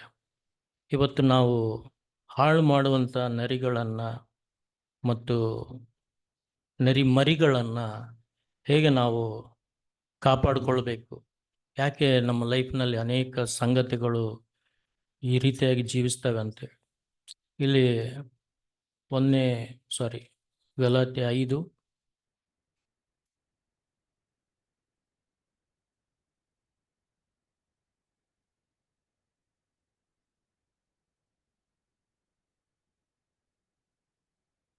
19.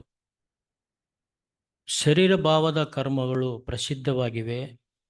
ಅವು ಯಾವೆಂದರೆ ಜಾರತ್ವ, ಬಂಡುತನ, ನಾಚಿಕೆಗೇಡಿತನ, ವಿಗ್ರಹಾರಾಧನೆ, ಮಾಟ, ಹಗೆತನಗಳು, ಜಗಳ, ಹೊಟ್ಟೆಕಿಚ್ಚು, ಸಿಟ್ಟು, ಕಕ್ಷಭೇದ, ಭಿನ್ನಮತ, ಮತ್ಸರ, ಕುಡಿಕತನ, ದುಂದೌತಣ ಇಂಥವುಗಳೇ. ಇವೆಲ್ಲ ಮನುಷ್ಯನ ಶರೀರದಲ್ಲಿ ಶರೀರ ಭಾವಗಳಾಗಿರುವಂಥ ಫಲಗಳು. ಆತ್ಮನ ಫಲಗಳಿಗೆ ವಿರುದ್ಧವಾಗಿರುವಂಥ ಒಂದು ಫಲ. ಈಗ ನೋಡಿ, ಒಂದು ಎಕ್ಸಾಂಪಲ್ಲು, ಈಗ ಒಂದು ಕೆಣಕುವಂಥದ್ದು, ರಿಬೂಕ್ ಮಾಡೋದು, ಅಥವಾ ನಮ್ಮನ್ನು ಯಾರಾದರೂ ರೇಗಿಸುವಂಥದ್ದು. ಈ ಮನೆಗಳಲ್ಲಿ ನೋಡಿ, ಅಕ್ಕ ತಂಗಿ ತಮ್ಮ ಅಣ್ಣ ಇರ್ತಾರೆ, ಗಂಡ ಹೆಂಡತಿ ಇರ್ತಾರೆ. ಇದು ಎಲ್ಲ ಕುಟುಂಬದಲ್ಲೇ ಸ್ಟಾರ್ಟ್ ಆಗ್ತದೆ. ಯಾಕೆ ನಮ್ಮಲ್ಲಿ ಈ ಒಳಗಡೆ ಎಷ್ಟು ಈ ಶರೀರ ಭಾವಗಳು ಒಳಗಡೆ ಇದೆ ಅಂಥೇಳಿ ನಮ್ಗೆ ಗೊತ್ತಾಗ್ಬಿಡ್ತದೆ. ಒಂದು ಸೆನ್ಸ್ ಅಂದರೆ ವಿವೇಚಿಸುವಂಥ ಆತ್ಮ ಇರಲಾರ್ದಕ್ಕೆ ಅದನ್ನು ಎದುರಿಸ್ಲಿಕ್ಕೆ ಆಗ್ತಾ ಇಲ್ಲ. ಅದಕ್ಕೆ ನೋಡಿ, ಯಾರಾದರೂ ಹೇಳಿದ ತಕ್ಷಣ ಸಿಟ್ಟು ಮಾಡ್ಕೊಳ್ಳೋದು ಅಲ್ಲ, ಕೋಪ ಮಾಡ್ಕೊಳ್ಳೋದು, ಇಲ್ಲ ಸೆಟ್ಕೊಳೋದು, ಆಲಸ್ಯ ಮಾಡೋದು. ಆಲಸ್ಯ ಅಂದರೆ ಇಪೋ ಅಂತೇಳಿ ಒಂದು ಪ್ರಾಣಿ ಇದೆ, ಅದಕ್ಕೆ ಎಷ್ಟು ಹೇಳಿದರೂ ಅದು ಏನು ಮಿಸ್ಗಾಡೋದಿಲ್ಲ. ಅದು ಯಾವಾಗಲೂ ನೀರಿನಲ್ಲಿ ಬಿದ್ದುಕೊಂಡೇ ಇರ್ತದೆ, ಅದು ಲೇಜಿ ಫೆಲೋ ಅದು. ಹಾಗೆ ಇವತ್ತು ನಮ್ಮ ವಾಕ್ಯಗಳು ದೇವರು ನಮಗೊಟ್ಟಿಗೆ ಎಚ್ಚರಿಸ್ತಾ ಇರ್ತಾರೆ, ನಮ್ಮನ್ನು ನಡೆಸ್ತಾ ಇರ್ತಾರೆ, ನಮ್ಮನ್ನು ಗೈಡ್ ಮಾಡ್ತಾ ಇರ್ತಾರೆ, ತಿದ್ದುತ್ತಾ ಇರ್ತಾರೆ. ತಂದೆ ತಾಯಿಗಳ ಮುಖಾಂತರ, ಮಕ್ಕಳ ಮುಖಾಂತರ ಎಷ್ಟೋ ವಿಷಯಗಳು ನಾವು ಕಲಿತಾ ಇರ್ತೀವಿ. ಆಗ ಅದನ್ನು ಗ್ರಹಿಸುವಂಥ ಒಂದು ಶಕ್ತಿ ದೇವರೇ ಕೊಡ್ತಾರೆ ನಮಗೆ. ಅದಕ್ಕೆ ಯಾಕೆ ನನ್ನಲ್ಲಿ ಸಿಟ್ಟಿದೆ, ಆ ಸಹೋದರ ಅಥವಾ ಸಹೋದರಿಯ ಗಂಡ ಅಥವಾ ಹೆಂಡತಿ ನಮ್ಮನ್ನು ರೇಗಿಸುವಾಗ, ಕೆಣಕುವಾಗ ಒಳಗಡೆ ಎಷ್ಟು ಆ ಸಿಟ್ಟಿದೆ ಎಲ್ಲ ಹೊರಗಡೆ ಬಂದ್ಬಿಡ್ತದೆ. ಅವಾಗ ನಾನು ಹೇಳಬೇಕು ಏನಂದರೆ, ಥ್ಯಾಂಕ್ಸ್, ನನ್ನ ಗಂಡನಿಗೆ ಹೇಳಬೇಕು, ಥ್ಯಾಂಕ್ಸ್ ನೀನು ಮಾಡಿದ್ದಕ್ಕೆ. ಅವಾಗ ಗೊತ್ತಾಗುತ್ತೆ ನನ್ನಲ್ಲಿ ಎಷ್ಟು ಸಿಟ್ಟಿದೆ ಅಂತೇಳಿ. ಅವಾಗ ಗೊತ್ತಾಗುತ್ತೆ ನನ್ನಲ್ಲಿ ಎಷ್ಟು ಒಂದು ಕೈತನ ಇದೆ, ಒಂದು ದೇವ್ರಿಗೆ ವಿರೋಧವಾದಂಥ ಜೀವಿತ ಇದೆ ಅಂಥೇಳಿ. ಅದು ಹೊರಗಡೆ ಬಂದ್ಬಿಡ್ತು. ಇವತ್ತು ಆ ನರಿಗಳ ಮರಿಗಳು ಎಷ್ಟು ಒಳಗಡೆ ಇದ್ದಾವೆ, ಎಷ್ಟೋ ಕರಡಿ, ನಾಯಿ, ಹಂದಿ ಎಲ್ಲ ಒಳಗಡೆ ಇದ್ದಾವೆ. ಅದೇ ಇಲ್ಲಿ ನಾವು ಓದಿದ್ವಿ ಗಲಾತ್ಯ 5:19. ಇವೆಲ್ಲ ಹೊರಗೆ ಹಾಕೋಬೇಕು. ಹೊರಗೆ ಹಾಕಿದ್ರೇ ನಮ್ಗೆ ಗೊತ್ತಾಗತ್ತೆ. ಇಲ್ಲಾಂದ್ರೆ ನಮ್ಮನ್ನು ಹಾಳು ಮಾಡ್ತಾ ಇದ್ದಾರೆ ನನ್ನ ಸಹೋದರ ಸಹೋದರಿ. ಇವತ್ತು ದೇವರ ಆತ್ಮನ ಫಲಗಳನ್ನು ಒಳಗಿಟ್ಟುಕೊಳ್ಬೇಕು. ಇವತ್ತು ಒಳಗಡೆ ಇರುವುದೇ ಮನುಷ್ಯನನ್ನು ಕೆಡಿಸುವಂಥದ್ದಾಗಿದೆ, ಮನುಷ್ಯನನ್ನು ಹಾಳು ಮಾಡುವಂಥದ್ದಾಗಿದೆ, ಮನುಷ್ಯನನ್ನು ಜೀವಿತವನ್ನು ಅಸಮಾಧಾನದಲ್ಲಿ ನಡೆಸುವಂತಾಗಿದೆ. ಇವತ್ತು ಅದನ್ನು ನಮ್ಮ ಲೈಫಿಗೆ ತೆಗೆದುಕೊಳ್ಬೇಕು. ದೇವರೇ, ನಾನು ಒಂದು ವೇಳೆ ಆ ಸೈತಾನನ ಮಾತು ಕೇಳ್ತಾ ಇದ್ದೀನ, ಈ ಒಂದು ಸಭೆ ಎಂಬ ತನ್ನ ಒಂದು ಕುಟುಂಬದಲ್ಲೇ ನಮ್ಮನ್ನಿಟ್ಟಿದ್ದಾರೆ. ಇವತ್ತು ಯಾಕೆ ಕಹಿತನ ಬರ್ತದೆ ಬೇರೆಯವ್ರ ವಿಷಯದಲ್ಲಿ ಅಂದರೆ, ಇನ್ನೂ ಅವರು ಆ ಸ್ವಾರ್ಥಕ್ಕಾಗಿ ಸಾಯ್ತಾ ಇಲ್ಲ. ಇನ್ನೂ ಒಳಗಡೆ ಅನೇಕ ನಾಯಿಗಳಿದ್ದಾವೆ, ನರಿಗಳಿದ್ದಾವೆ. ಅದನ್ನು ಹೊರಗಡೆ ಹಾಕ್ಲಿಕ್ಕೆ ಆಗ್ತಾ ಇಲ್ಲ ಅವರಿಗೆ. ಆ ಪ್ರಯಾಸನೂ ಸಹ ಪಡ್ತಾ ಇಲ್ಲ. ಅದು ಒಂದು ಹೇಗೆ ಅಂದರೆ ಹಿಪೋ ಪ್ರಾಣಿ ಹಾಗೇ ಬಿದ್ದುಕೊಂಡಿರೋದು, ಸುಮ್ಮನೆ ಬರೋದು, ಸುಮ್ಮನೆ ಹೋಗೋದು. ಇದು ದೇವ್ರಿಗೆ ಇಷ್ಟ ಇಲ್ಲ. ಅದಕ್ಕೆ ಇಲ್ಲಿ ದೇವರು ಬ್ರದರ್ ಮಾತಾಡುವಾಗ ನನಗೇನು ಎಚ್ಚರಿಕೆ ಆಯ್ತು ಅಂದರೆ, ಇಲ್ಲಿ ದೇವರು ಯಾಕೆ ನಮಗೆ ಆ ಬರ್ಡನ್ ಕೊಟ್ಟಿದ್ದಾರೆ ಅನ್ನೋದು ಕನ್ಸರ್ನ್, ಕಾಳಜಿ ಏನಾಗಿದೆ ಅಂದರೆ, ಇಲ್ಲಿ ನೋಡಿ 1 ಕೊರಿಂಥ್ಯ ನಮಗೆ ಆ ಒಂದು ಫೆಲೋಶಿಪ್ನಲ್ಲಿ ಯಾಕಿಲ್ಲ, ಆ ಒಂದು ಅನ್ಯೋನ್ಯತೆಯಲ್ಲಿ ಯಾಕೆ ಬರ್ತಾ ಇಲ್ಲ ಅಂದರೆ, ನಮ್ಮನ್ನು ಕರೆದವರು ಎಂಥವರಾಗಿದೆ. ಬ್ರದರ್ ಹೇಳುವಾಗ ನಮ್ಮ ಕರೆ ಏನಾಗಿದೆ, ಆ ಬರ್ಡನ್ ಹೊರೆ ಏನಾಗಿದೆ, ನಮ್ಮ ಒಂದು ಪಾಪದ ಜೀವಿತದಿಂದ ನಮ್ಮನ್ನು ವಿಮೋಚಿಸಿದ್ದಾರೆ ದೇವರು. ಆ ಹೊರೆಗಳನ್ನು ಹೊತ್ಕೊಂಡು ಬಂದಿದ್ದೀವಿ. ಹಳೆಯ ಲೈಫನ್ನು ನೋಡಿದರೆ ಅದು ಭಯಂಕರವಾಗಿರುವಂಥ ಒಂದು ಸಂಗತಿ. ಅಂಥ ಒಂದು ಭಯಂಕರವಾದಂಥ ಪರಿಸ್ಥಿತಿಯಿಂದ ದೇವರು ನಮ್ಮನ್ನು ಬಿಡಿಸಿದ್ದಾರೆ. ಈಗ ನನ್ನಲ್ಲಿ ಕಲ್ತ್ಕೊಡ್ರಿ ಅಂತ ಹೇಳಿದ್ದಾರೆ. ಮತ್ತೆ ಬ್ರದರ್ ಮಾತಾಡುವ ನಾನು ಎನ್ಕರೇಜ್ ಆಯಿತು. ಇಲ್ಲಿ ಪೌಲ ನಮ್ಮನ್ನು ಒಂದು ದೇವರ ಕರೆಯ ಬಗ್ಗೆ ಹೇಳ್ತಾ ಇದ್ದಾರೆ. 1 ಕೊರಿಂಥ್ಯ 1:9 ನಾವು ಓದೋಣ. 1:9 1 ಕೊರಿಂಥ್ಯ. ದೇವರು ನಂಬಿಗಸ್ತ. ನೋಡಿ, ಮೊದಲನೇದಾಗಿ ನಾವೇನು ತಿಳ್ಕೊಳ್ಬೇಕಂದ್ರೆ, ದೇವರು ನಂಬಿಗಸ್ತ, ಈಸ್ ದ ಫೇತ್ಫುಲ್ ಗಾಡ್. ಈಗ ನಮ್ಮ ಮಕ್ಕಳು ತಂದೆ ಮೇಲೆ ಎಷ್ಟು ಅವಲಂಬಿತರಾಗಿರ್ತಾರೆ.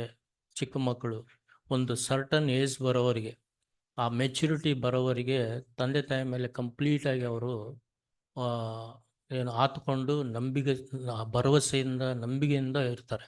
ಆ ಮೆಚ್ಯೂರಿಟಿ ಲೆವೆಲ್ ಬಂದ ತಕ್ಷಣ ಅವರು ದೇವ್ರ ಜೊತೆಗಿರುವಂಥ ಸಂಬಂಧದಲ್ಲಿ ಹೋಗ್ಲಿಕ್ಕೆ ಪ್ರಯಾಸ ಪಡ್ಬೇಕು.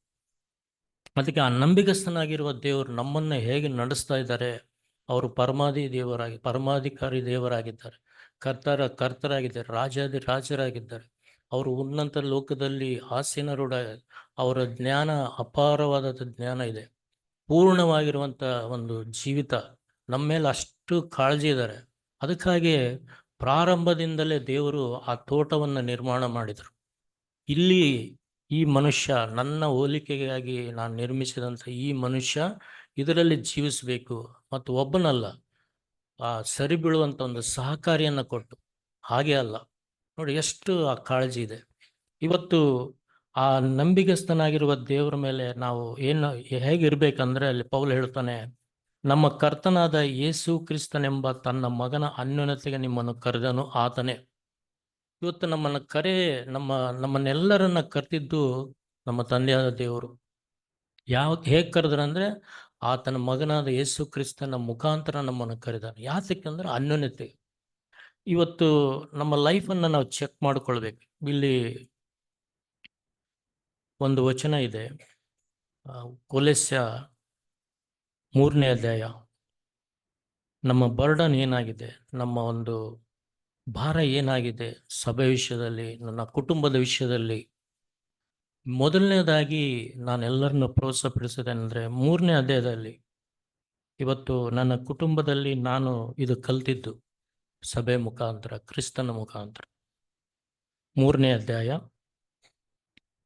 18ನೇ ವಚನ. ಸ್ತ್ರೀಯರೇ, ನಿಮ್ಮ ಗಂಡಂದರಿಗೆ ಅಧೀನರಾಗಿರ್ರಿ, ಇದು ಕರ್ತನಲ್ಲಿರುವವರಿಗೆ ಯೋಗ್ಯವಾಗಿದೆ. ಇವತ್ತು ನಾವು ಎಲ್ಲರೂ ಕರ್ತನಲ್ಲಿ ಇರುವುದಕ್ಕಾಗಿ ದೇವರು ನಮ್ಮನ್ನು ಎಚ್ಚರಿಸ್ತಾ ಇದ್ದಾರೆ. ಒಂದು ವೇಳೆ ನಾವು ಅಪನಂಬಿಕಸ್ಥರು, ಅನ್ಯರಾಗಿ ಇರುವಂಥವರಿಗೆ ಇದು ಅಲ್ಲ. ಯಾರು ಕರ್ತನಲ್ಲಿದ್ದಾರೆ, ಯಾರು ಕ್ರಿಸ್ತನಲ್ಲಿದ್ದಾರೆ, ಅವರಿಗೆ ಈ ಒಂದು ಮಾತನ್ನು ಹೇಳ್ತಾರೆ. ಯಾಕಂದರೆ ನಾವು ಜಾನ್ 1:12 ಪ್ರಕಾರ ನೋಡಿದರೆ, ಅಲ್ಲಿರುವಂಥ ಕುಟುಂಬಗಳು ಯೇಸುವನ್ನ ನಂಬಲಿಲ್ಲ. ಹೌದಲ್ರಿ? ನಮಗೆ ಇಂಥ ಒಂದು ಧನ್ಯತೆ ದೇವರು ಕೊಟ್ಟಿದ್ದಾರೆ. ಈ ಒಂದು ಪ್ರಿವಿಲೇಜ್ ದೇವರು ನಮ್ಗೆ ಕೊಟ್ಟಿದ್ದಾರೆ. ಏನಂದರೆ, ಆತನನ್ನು ನಂಬುವಂಥದ್ದು, ಆತನ ಮೇಲೆ ಆತುಕೊಳ್ಳುವಂಥದ್ದು. ಅದಕ್ಕಾಗಿ ನಮಗೆ ಮಕ್ಕಳಾಗುವಂಥ ಅಧಿಕಾರ ಕೊಟ್ಟರು ದೇವರು. ಅದಕ್ಕೆ ನಾವೆಲ್ಲರೂ ಕರ್ತನಲ್ಲಿದ್ದೀವಿ. ಇದನ್ನು ಯಾವಾಗಲೂ ನಾವು ಮರಿಬಾರ್ದು. ಇದನ್ನು ನಾನು ಸಹ ಕಲಿತಾ ಇದ್ದೀನಿ, ದೇವರು ನನಗೆ ಸಹಾಯ ಮಾಡ್ತಾ ಇದ್ದಾರೆ. ಇಲ್ಲಿ ಸ್ತ್ರೀಯರಿಗೆ ಹೇಳ್ತಾರೆ, ವಿಧೇಯರಾಗರಿ. ಯಾರಿಗೆ? ನಿಮ್ಮ ಗಂಡಂದರಿಗೆ. ಆ ಒಂದು ಲೈಫ್ ಬೇಕು. ಫೆಲೋಶಿಪ್ ಇಲ್ಲಪ್ಪ ಅಂದರೆ ನಾವು ವಿಧೇಯರಾಗ್ತಾ ಇಲ್ಲ ಅಂತ ಅರ್ಥ. ಅಲ್ಲಿ ಪುರುಷರಿಗೆ ಹೇಳ್ತಾರೆ, ಬ್ರದರ್ಸ್ಗೆ, ಪುರುಷರೇ ನಿಮ್ಮ ಹೆಂಡತಿಯರನ್ನು ಪ್ರೀತಿಸಿರಿ, ಅವರಿಗೆ ನಿಷ್ಠುರವಾಗಬೇಡಿರಿ.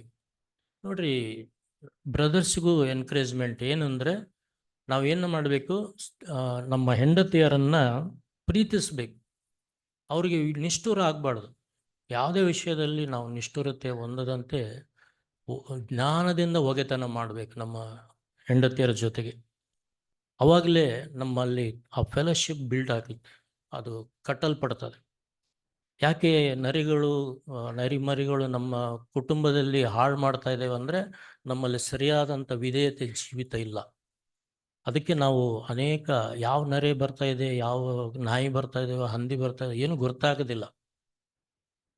ಅಲ್ಲಿ ಹೇಳ್ತಾನೆ 20ನೇ ವಚನದಲ್ಲಿ, ಎಲ್ಲ ವಿಷಯದಲ್ಲಿ ಮಕ್ಕಳಿಗೆ ಹೇಳ್ತಾನೆ, ಮತ್ತೆ ಮಕ್ಕಳೇ, ಎಲ್ಲ ವಿಷಯಗಳಲ್ಲಿ ನಿಮ್ಮ ತಂದೆ ತಾಯಿಗಳ ಮಾತನ್ನು ಕೇಳಿರಿ, ಇದು ಕರ್ತನ ದೃಷ್ಟಿಯಲ್ಲಿ ಮೆಚ್ಚುಗೆಯಾಗಿದೆ. ತಂದೆಗಳೇ, ನಿಮ್ಮ ಮಕ್ಕಳನ್ನು ಕೇಣಿಕೆ ಅವರಿಗೆ ಮನಗುಂದಿಸಬೇಡಿರಿ. ಮತ್ತು 22ನೇ ವಚನದಲ್ಲಿ ಹೇಳ್ತಾನೆ, ದಾಸತ್ವದಲ್ಲಿರುವವರೇ, ಈ ಲೋಕದಲ್ಲಿರುವ ನಿಮ್ಮ ಯಜಮಾನರಿಗೆ ಎಲ್ಲ ವಿಷಯಗಳಲ್ಲಿ ವಿಧೇಯರಾಗಿರ್ರಿ. ಮನುಷ್ಯರನ್ನು ಮೆಚ್ಚಿಸುವವರು ಮಾಡುವ ಪ್ರಕಾರ ನಿಮ್ಮ ಯಜಮಾನರು ನೋಡುತ್ತಿರುವಾಗ ಮಾತ್ರ ಸೇವೆ ಮಾಡದೆ ಕರ್ತನಿಗೆ ಭಯಪಡುವವರಾಗಿರಿ. ಈ ಒಂದು ಭಯದ ಜೀವಿತ, ದೇವರ ಭಯದ ಜೀವಿತ, ಇದು ನಮಗೆ ಬೇಕು. ಇಲ್ಲ ಅಂದರೆ ನಾವು ಆ ತೋಟದಲ್ಲಿ ಆ ಮೊದಲನೇ ಪ್ರೀತಿ ಯಾಕೆ ನಮಗೆ ತಣ್ಣಗಾಗ್ತಾ ಇದೆ, ಯಾಕೆ ನಾವು ಇನ್ನೂ ಅದನ್ನು ಹೊಂದಿಕೊಳ್ತಾ ಇಲ್ಲ ಅಂದರೆ, ನಮ್ಮಲ್ಲಿ ಅನೇಕ ಹಾಳು ಮಾಡುವಂಥದ್ದು ನಮ್ಗೆ ಗೊತ್ತಿರ್ತದೆ, ಅದು ಹಾಳು ಮಾಡುತ್ತಂತ. ಅವ್ರಿಗೆ ಗೊತ್ತಿತ್ತು, ಯಾರಿಗೆ? ಆದಾಮ ಅವರಿಗೆ. ಇದು ತಿಂದರೆ ನಿಮಗೆ ಒಳ್ಳೆಯದು ಕೆಟ್ಟದ್ದು ಹರು ಹುಟ್ಟುತ್ತದೆ, ನೀವು ಸಾಯ್ತೀರಿ ಅಂತ ಕ್ಲಿಯರಾಗಿ ದೇವರು ಹೇಳಿದ್ದಾರೆ. ಇವತ್ತು ನನಗೂ ನಿಮಗೂ ಅದನ್ನೇ ಹೇಳ್ತಾರೆ, ನೀವು ಹೀಗೆ ಮಾಡಿದರೆ ನೀವು ಹಾಳಾಗಿ ಹೋಗ್ತೀರಿ ಅಂತ. ಅದಕ್ಕೆ ಆ ಒಂದು ಗ್ರ್ಯಾಟಿಟ್ಯೂಡ್, ಅದು ದೇವ್ರು ನಮ್ಮನ್ನು ಹೇಗೆ ನಡೆಸಿದ್ರು, ಎಂಥ ಒಂದು ದುಸ್ಥಿತಿಯಲ್ಲಿದ್ದೀವಿ ನಾವು, ಎಂಥ ಒಂದು ಕೆಟ್ಟ ಪರಿಸ್ಥಿತಿಯಲ್ಲಿದ್ದೀವಿ, ಒಂದು ಕುರಿಪಿಯಾಗಿದ್ದೀವಿ, ಅಂಥವ್ರನ್ನ ದೇವರು ಬಿಡುಗಡೆ ಮಾಡಿದ್ದಾರೆ. ಯಾಕೆ ನಮ್ಮ ಕುಟುಂಬಗಳಲ್ಲಿ ಆ ತೋಟವನ್ನು ಸರಿಯಾಗಿ ಕಾಪಾಡ್ಕೊಳ್ಳಿಕ್ಕೆ ಆಗ್ತಾ ಇಲ್ಲ ಅಂದರೆ, ಈ ಒಳಗಡೆ ಇರುವಂಥ ಅನೇಕ ವಿಷಯಗಳು ಕೇರ್ ಮಾಡುವಂಥ ಜೀವಿತಕ್ಕೆ ಆಗ್ತಾ ಇಲ್ಲ. ಅದಕ್ಕೆ ಸಭೆ ವಿಷಯದಲ್ಲಿ ಬರುವಾಗ, ಸಭೆಯಲ್ಲಿ ದೇವರು ನಮಗೆ ಏನು ಎಚ್ಚರಿಸ್ತಾ ಇದ್ದಾರೆ ಅಂದರೆ, ಪವಿತ್ರ ಆತ್ಮ ನಮಗೆ ಸಹಾಯ ಮಾಡ್ತಾರೆ. ಇಲ್ಲಿ ನೋಡಿ, ರೋಮದಲ್ಲಿ 16ನೇ ಅಧ್ಯಾಯ,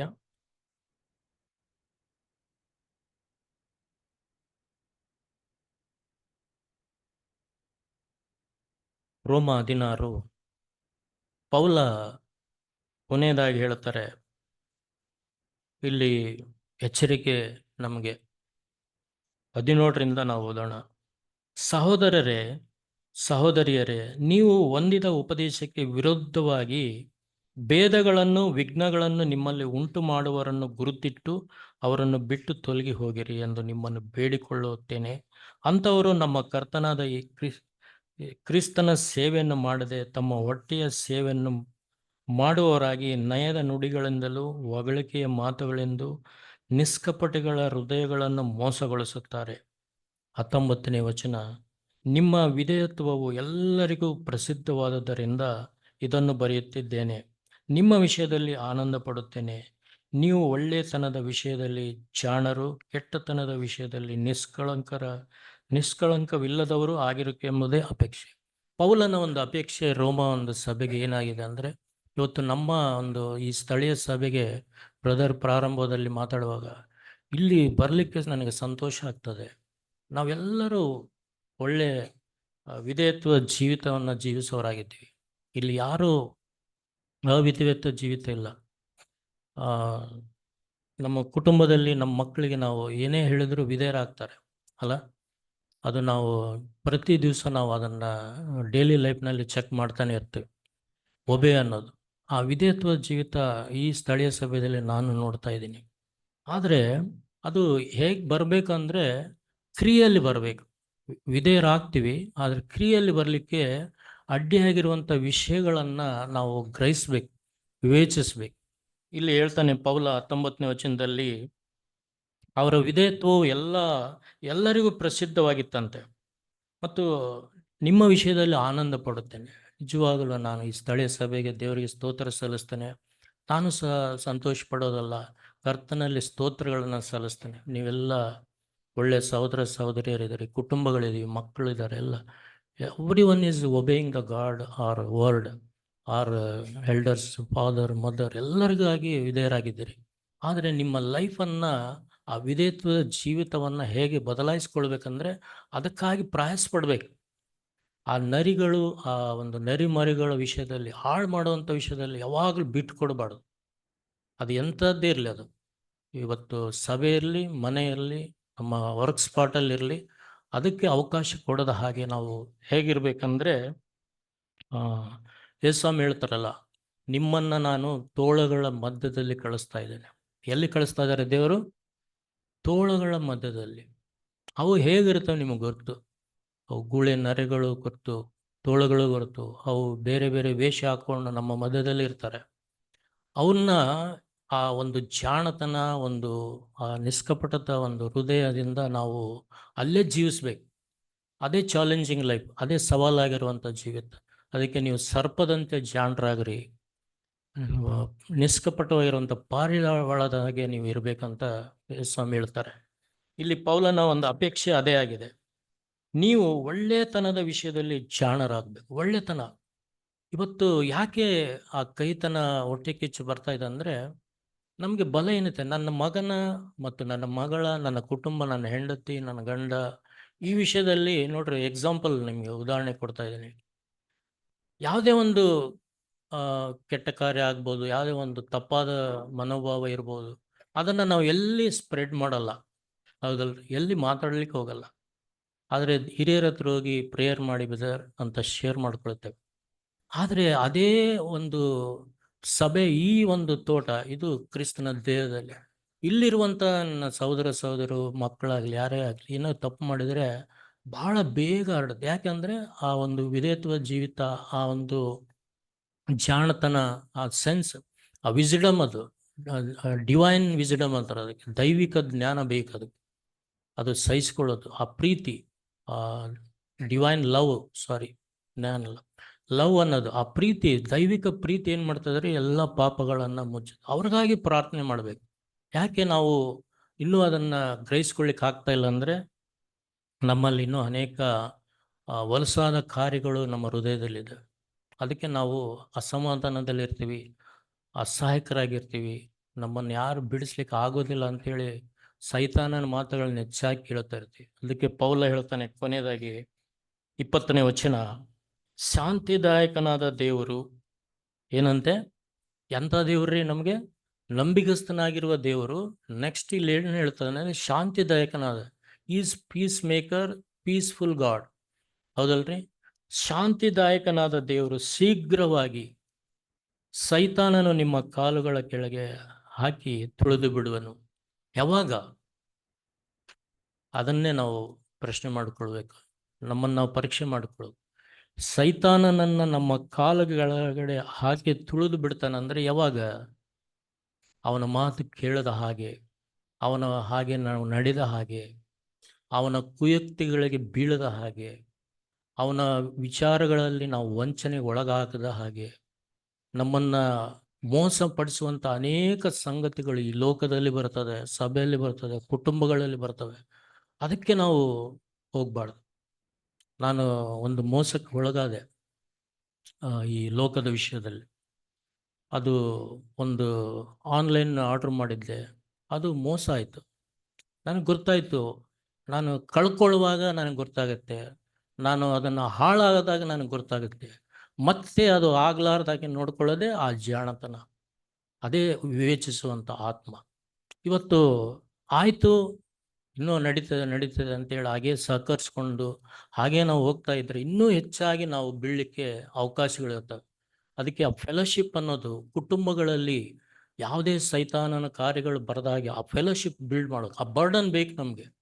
ಅದಕ್ಕೆ ಆ ಒಂದು ಬರ್ಡನ್ನ ನಮ್ಮ ಲೈಫ್ನಲ್ಲಿ ಆ ಭಾರ ಹೊತ್ಕೊಳ್ಬೇಕು. ಕ್ರಿಸ್ತನಲ್ಲಿ ಹೇಳಿದ್ರಲ್ಲ, ಬ್ರದರ್ ಹೇಳಿದ್ರಲ್ಲ, 11:28 ಆತನಲ್ಲಿ ಹೋಗಿ ನಾವು ಕಲ್ತ್ಕೊಳ್ಬೇಕು. ಆತನ ಎಂಥವನಾಗಿದ್ದಾನೆ? ಸಾತ್ವಿಕನು, ದೀನ ಮನಸ್ಸು. ಸಾತ್ವಿಕ ದೀನ ಮನಸ್ಸು ಯಾಕೆ ಬರ್ತದಂದರೆ, ಕ್ರಿಸ್ತನಲ್ಲಿ ನೋಡಿ ನಾವು ಆತನ ಲೈಫನ್ನು ನೋಡಿ ಕಲಿಯುವಂಥದ್ದು. ಇವತ್ತು ಸಭೆಯಲ್ಲಿ ನಿಮ್ಮನ್ನೆಲ್ಲರನ್ನ ಎಕ್ಸಾಂಪಲ್ ಆಗಿಟ್ಟಿದ್ದಾರೆ. ನಾನು ನಿಮ್ಮನ್ನು ಎಷ್ಟೋ ವಿಷಯದಲ್ಲಿ ನೋಡಿ ನಾನು ಕಲಿತಾ ಇದ್ದೇನೆ. ಅದಕ್ಕಾಗಿ ನಾನು I am very grateful to local church. ಇವತ್ತು ಆ ಬೆಳವಣಿಗೆ, ಆ ಬರ್ಡನ್ ಆದಮೇಲೆ ಬೆಳವಣಿಗೆ ಹೇಗೆ ಬರ್ತದೆ? ಇವತ್ತು ನೋಡಿ, ಸಭೆಯಲ್ಲಿ ಸಹೋದರ ವಿಷಯದಲ್ಲಿ ನಾನು ಒಂದು ವಚನ ನನಗೆ ಎನ್ಕರೇಜ್ ಆಯಿತು. ಅಪೊಸ್ತಲ ಕೃತ್ಯ, ಪವಿತ್ರ ಆತ್ಮ ನಮಗೆ ಹೇಗೆ ಸಹಾಯ ಮಾಡ್ತಾರೆ. ಅಪೊಸ್ತಲ ಕೃತ್ಯ 2ನೇ ಅಧ್ಯಾಯ.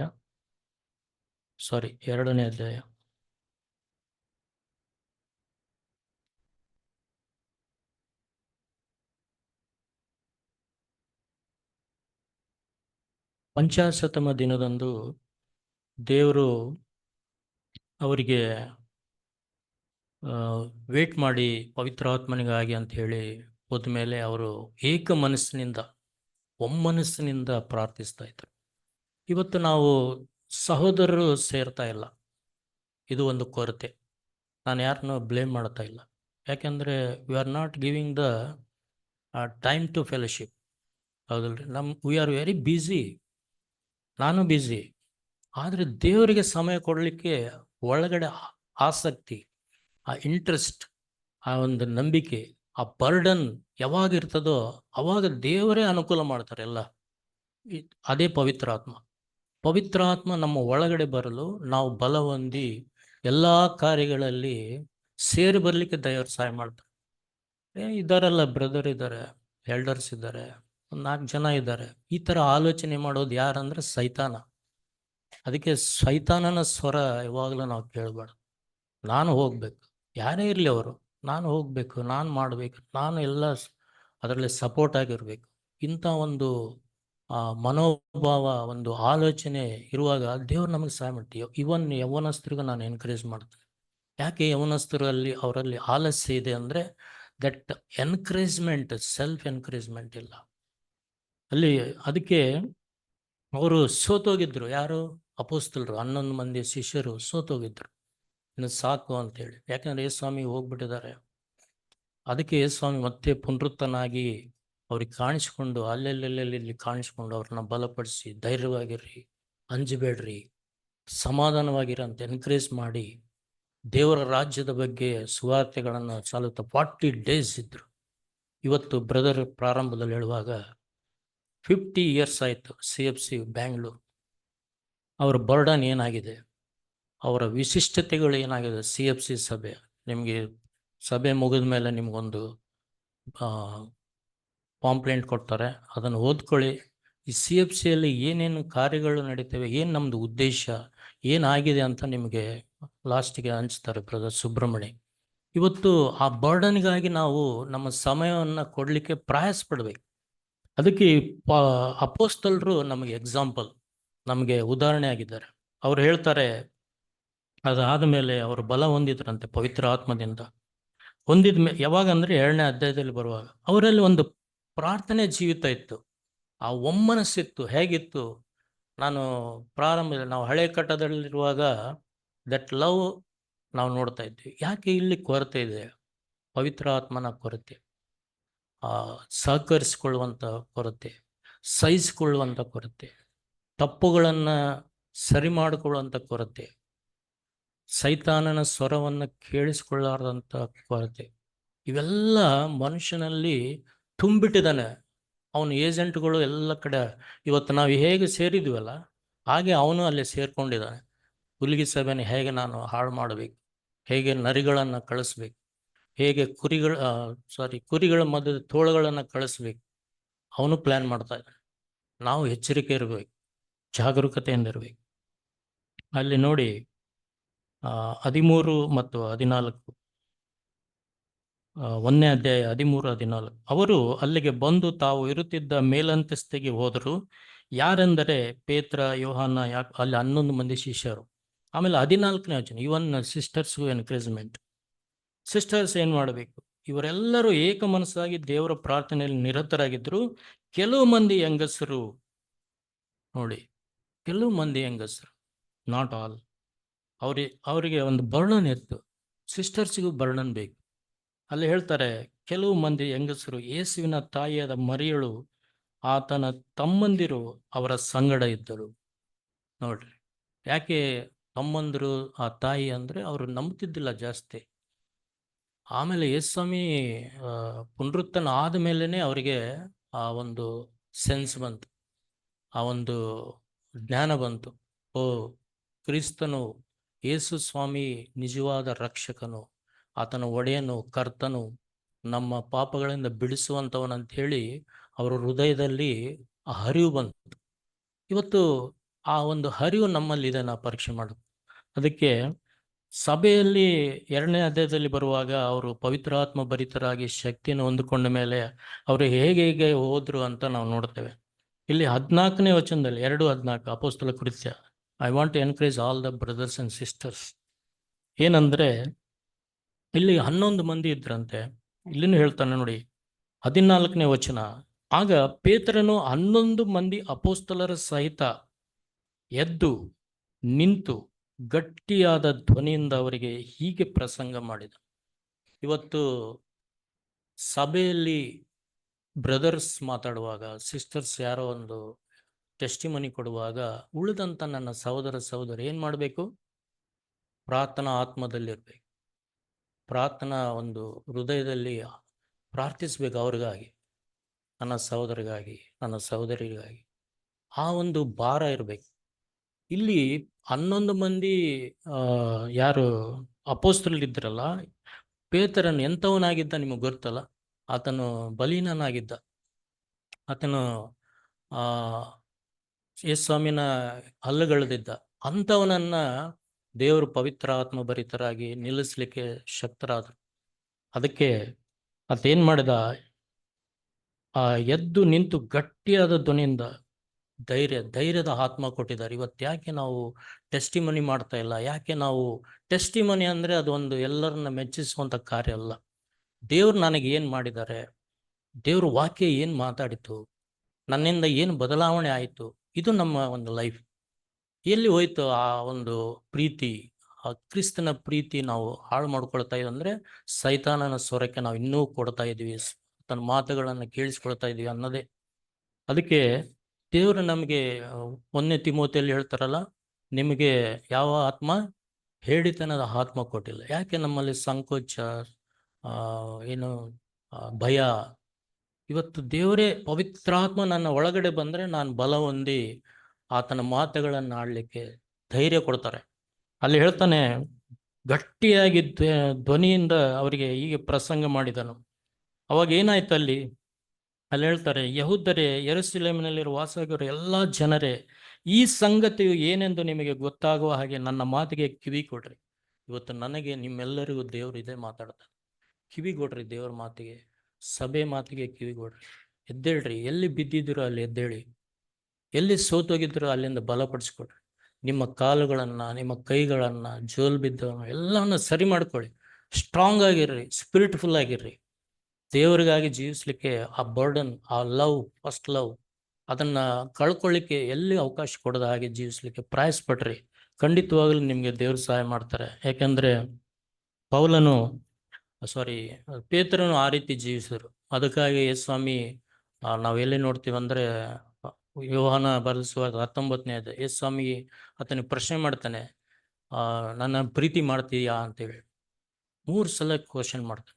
ಇವತ್ತು ನಮಗೂ ಅದೇ ಪ್ರಶ್ನೆ, ನಿನ್ನನ್ನು ನೀನು ಪ್ರೀತಿ ಮಾಡ್ಕೊಂಡು ಇತರನ್ನ ನೀನು ಪ್ರೀತಿ ಮಾಡ್ತಾ ಇದೀಯಾ? ಸಭೆಯ ಮೇಲೆ ಪ್ರೀತಿ ಇದೆನಾ? ಸಭೆಯ ಮೇಲೆ ಭಾರ ಇದೆನಾ? ಜನರ ಮೇಲೆ ಕಾಳಜಿ ಇದೆನಾ?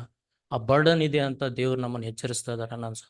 ನನ್ನೆಲ್ಲ ಸಹೋದರ ಸಹೋದರಿಗೆ ಎಚ್ಚರಿಸೋದು ಮತ್ತು ಎನ್ಕರೇಜ್ಮೆಂಟ್ ಏನಂದರೆ, ನಿಮ್ಮ ಪವಿತ್ರ ಆತ್ಮ ಭರಿತರಾಗಲಿಕ್ಕೆ ಪ್ರಯಾಸಪಡಿ. ಮೊಣಕಾಲೂರಿ, ಸಮಯ ಕೊಡಿ.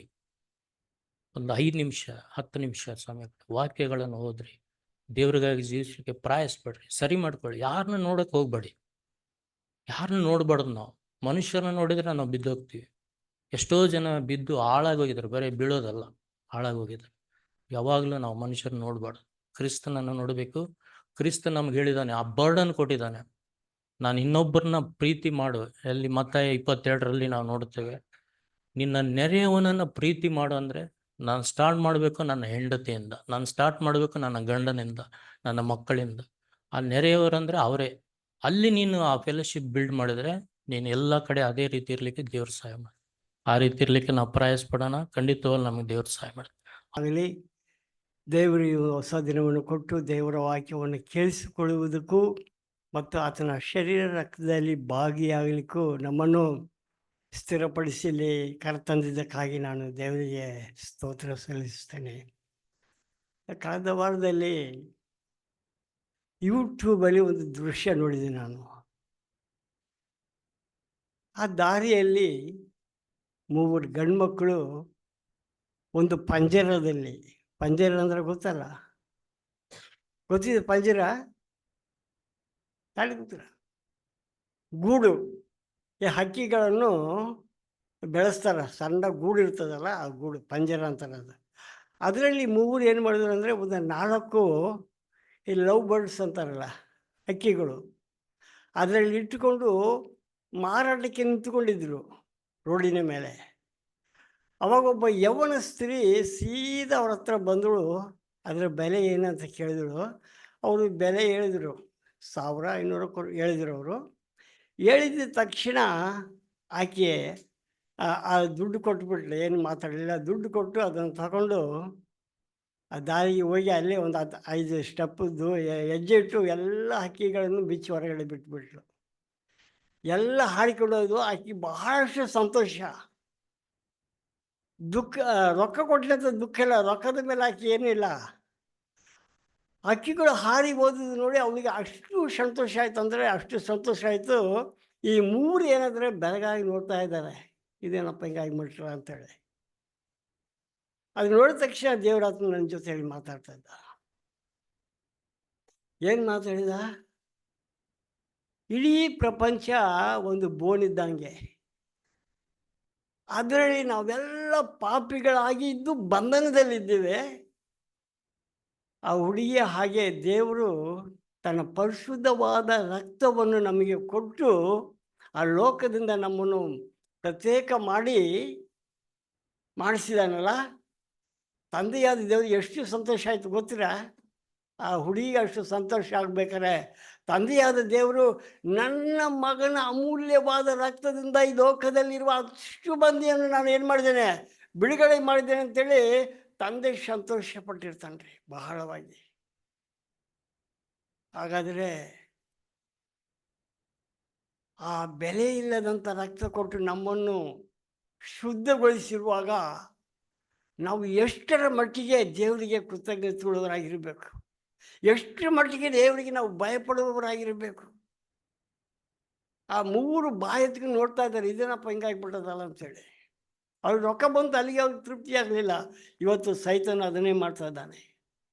ಏನು ಎಲ್ಲರೂ ಬಿಡುಗಡೆ ಹೊಂದಿಬಿಟ್ರಲ್ಲಪ್ಪ ಪ್ರಪಂಚದಲ್ಲಿ ಇದ್ದವರು ಅಂಥೇಳಿ ಅವರು ಬಾಯಿ ತೆರೆದಾಗಿ ಇವರು ಬಾಯಿ ತೆರೆಸ್ತಾ ಇದ್ದರು. ಅದಕ್ಕೆ ದೇವರ ವಾಕ್ಯದಲ್ಲಿ ನೋಡ್ತೇವೆ, ಗಲಾತ್ಯದವರಿಗೆ ಬರೆದ ಪತ್ರಿಕೆ 5ನೇ ಅಧ್ಯಾಯ 1ನೇ ವಾಕ್ಯದಲ್ಲಿ ನೋಡ್ತೇವೆ, ಕ್ರಿಸ್ತನು ನಮ್ಮನ್ನು ಸ್ವತಂತ್ರರಾಗಿರಬೇಕೆಂದು ಬಿಡುಗಡೆ ಮಾಡಿದ್ದಾನೆ, ಆದುದರಿಂದ ಸ್ಥಿರವಾಗಿ ನಿಲ್ಲಿರಿ, ದಾಸತ್ವದ ನೊಗದೊಳಗೆ ಪುನಃ ಸಿಕ್ಕಿಕೊಳ್ಳಬೇಡಿರಿ. ಫ್ರೀಡಮ್ ಇರಬೇಕು. ಪಕ್ಷಿಗಳು ಅದರಲ್ಲಿ ಹಾಕಿ ಗೂಡಲ್ಲಿ ಹಾಕಿ ಅವರು ಬಂಧಿಸಿದ್ರಲ್ಲ, ಆ ಹುಡುಗಿಗೆ ಒಂದು ಮನಸ್ಸು ಬಂತು, ಏನು ಈ ಪಕ್ಷಿಗಳು ಹಾರಾಡಬೇಕಾದ ಒಂದು ಸಮಯದಲ್ಲಿ ಯಾಕೆ ಈ ಬಂಧನದಲ್ಲಿ ಇಟ್ಟಿದ್ದಾರೆ, ನನ್ನ ರೊಕ್ಕವಾದರೂ ಪರವಾಗಿಲ್ಲ, ನಾನು ಅದನ್ನು ಬಿಡುಗಡೆ ಮಾಡ್ತೀನಿ ಅಂತೇಳಿ ಆಕೆ 4 ಪಕ್ಷಿಯನ್ನು ಹೊರಗೆ ಬಿಟ್ಟಳಲ್ಲ.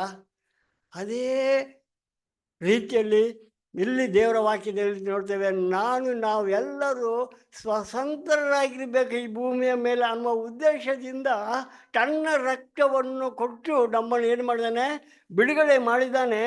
ನೀವು ಅದರಲ್ಲಿ ಏನಾಗಿರಬೇಕು, ಸ್ಥಿರವಾಗಿರಬೇಕು, ಪುನಃ ಅದರಲ್ಲಿ ಸಿಕ್ಕಿಕೊಳ್ಳಬಾರ್ದು. ಇವತ್ತು ಸಮಯ ಪರಿಸ್ಥಿತಿ ನೋಡಬೇಕಾದ್ರೆ ಆ ಬಂಧನದಲ್ಲಿ ಪುನಃ ಸಿಕ್ಕಿಕೊಂಡಿದ್ದಾರೆ. ಅದು ಬಹಳ ದುಃಖಕರವಾದ ಸಂಗತಿ. ಅದರ ವಿಷಯದಲ್ಲಿ ದೇವರು ದುಃಖ ಪಡ್ತಾ ಇದ್ದಾನೆ. ನನ್ನ ಅಮೂಲ್ಯವಾದ ರಕ್ತವನ್ನು ಕೊಟ್ಟು ನಾನು ಎಲ್ಲರನ್ನು ಬಿಡುಗಡೆ ಮಾಡಿದ್ದೇನೆ, ಆದರೆ ಪುನಃ ಹೋಗಿ ಅದರಲ್ಲಿ ಸಿಕ್ಕಿಕೊಳ್ತಾ ಇದ್ದಾರೆ. ಯಾರೆಲ್ಲ ಸಿಕ್ಕಿಕೊಂಡಿರ್ತಾರೋ ಅವರ ಪರಿಸ್ಥಿತಿ ಏನಿದೆ ಗೊತ್ತಿದ್ದೀರಾ? 119ನೇ ಕೀರ್ತನೆ 154ನೇ ವಾಕ್ಯ.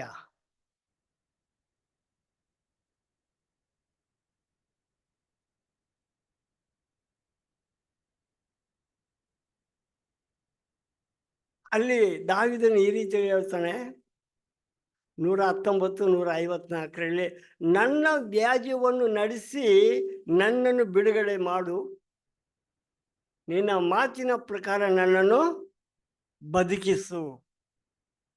ನನ್ನ ಪರವಾಗಿ ವ್ಯಾಧಿ ಮಾಡು, ನನಗಿರತಕ್ಕಂತಹ ಯಾವ ಬಂಧನ ಇದೆ, ನಾನು ಬಂಧನದಲ್ಲಿದ್ದೇನೆ, ನನಗೆ ಬಿಡುಗಡೆ ಮಾಡು ಮತ್ತು ನನ್ನನ್ನು ಬದುಕಿಸು. ಅಂದರೆ ಬಂಧನದಲ್ಲಿದ್ದವನು ಮರಣದಲ್ಲಿದ್ದಾನೆ, ಅಥವಾ ಮುಂದೆ ಮರಣಕ್ಕೆ ಹೋಗ್ಬೋದು, ಅಥವಾ ಮರಣದಲ್ಲಿದ್ದಾನೆ ಅಂತ ಅರ್ಥ. ಅದಕ್ಕೆ ದಾವೀದನು ಹೇಳ್ತಾನೆ, ನನ್ನ ಪರವಾಗಿ ನೀನು ಏನು ಮಾಡಬೇಕು, ಆರ್ಗ್ಯುಮೆಂಟ್ ಮಾಡು, ನನ್ನ ಪರವಾಗಿ ನೀನು ಹೋರಾಡಿದ ಮೇಲೆ ನನಗೆ ಬಿಡುಗಡೆ ಕೊಡು, ನಿನ್ನ ವಾಕ್ಯದ ಪ್ರಕಾರವಾಗಿ ನನ್ನನ್ನು ಏನು ಮಾಡು, ಪುನಃ ಜೀವಿಸಲಿಕ್ಕೆ ಮಾಡು ಎಂಬುದಾಗಿ ಕೇಳ್ಕೊಳ್ತಾ ಇದ್ದಾನೆ. ಅವನಿಗೆ ಗೊತ್ತಿತ್ತು, ಈ ಬಂಧನದಲ್ಲೇ ಇದ್ದರೆ ನಾನು ಸಾಯ್ತೇನೆ, ಅದಕ್ಕೆ ನನಗೆ ಜೀವ ಕೊಡು ಎಂಬುದಾಗಿ ಆತನ ಕೇಳ್ಕೊಳ್ತಾ ಇದ್ದಾನೆ. ಇವತ್ತು ಯಾರೆಲ್ಲ ಅದೇ ಬಂಧನದಲ್ಲಿ ಇದ್ದೀವೋ ನಾವು ಎಲ್ಲಿ ಹೋಗ್ತಾ ಇದ್ದೀವಿ?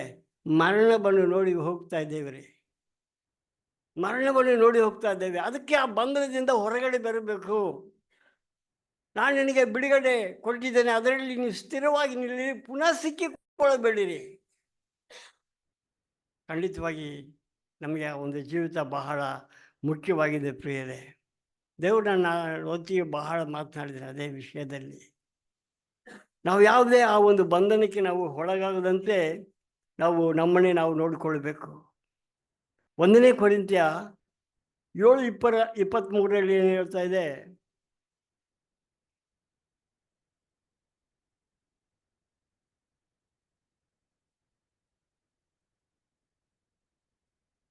ನಿಮ್ಮನ್ನು ಕ್ರಯಕ್ಕೆ ಕೊಳ್ಳಲಾಗಿದೆ, ಆದುದರಿಂದ ಮನುಷ್ಯರಿಗೆ ಗುಲಾಮರಾಗಬೇಡಿರಿ.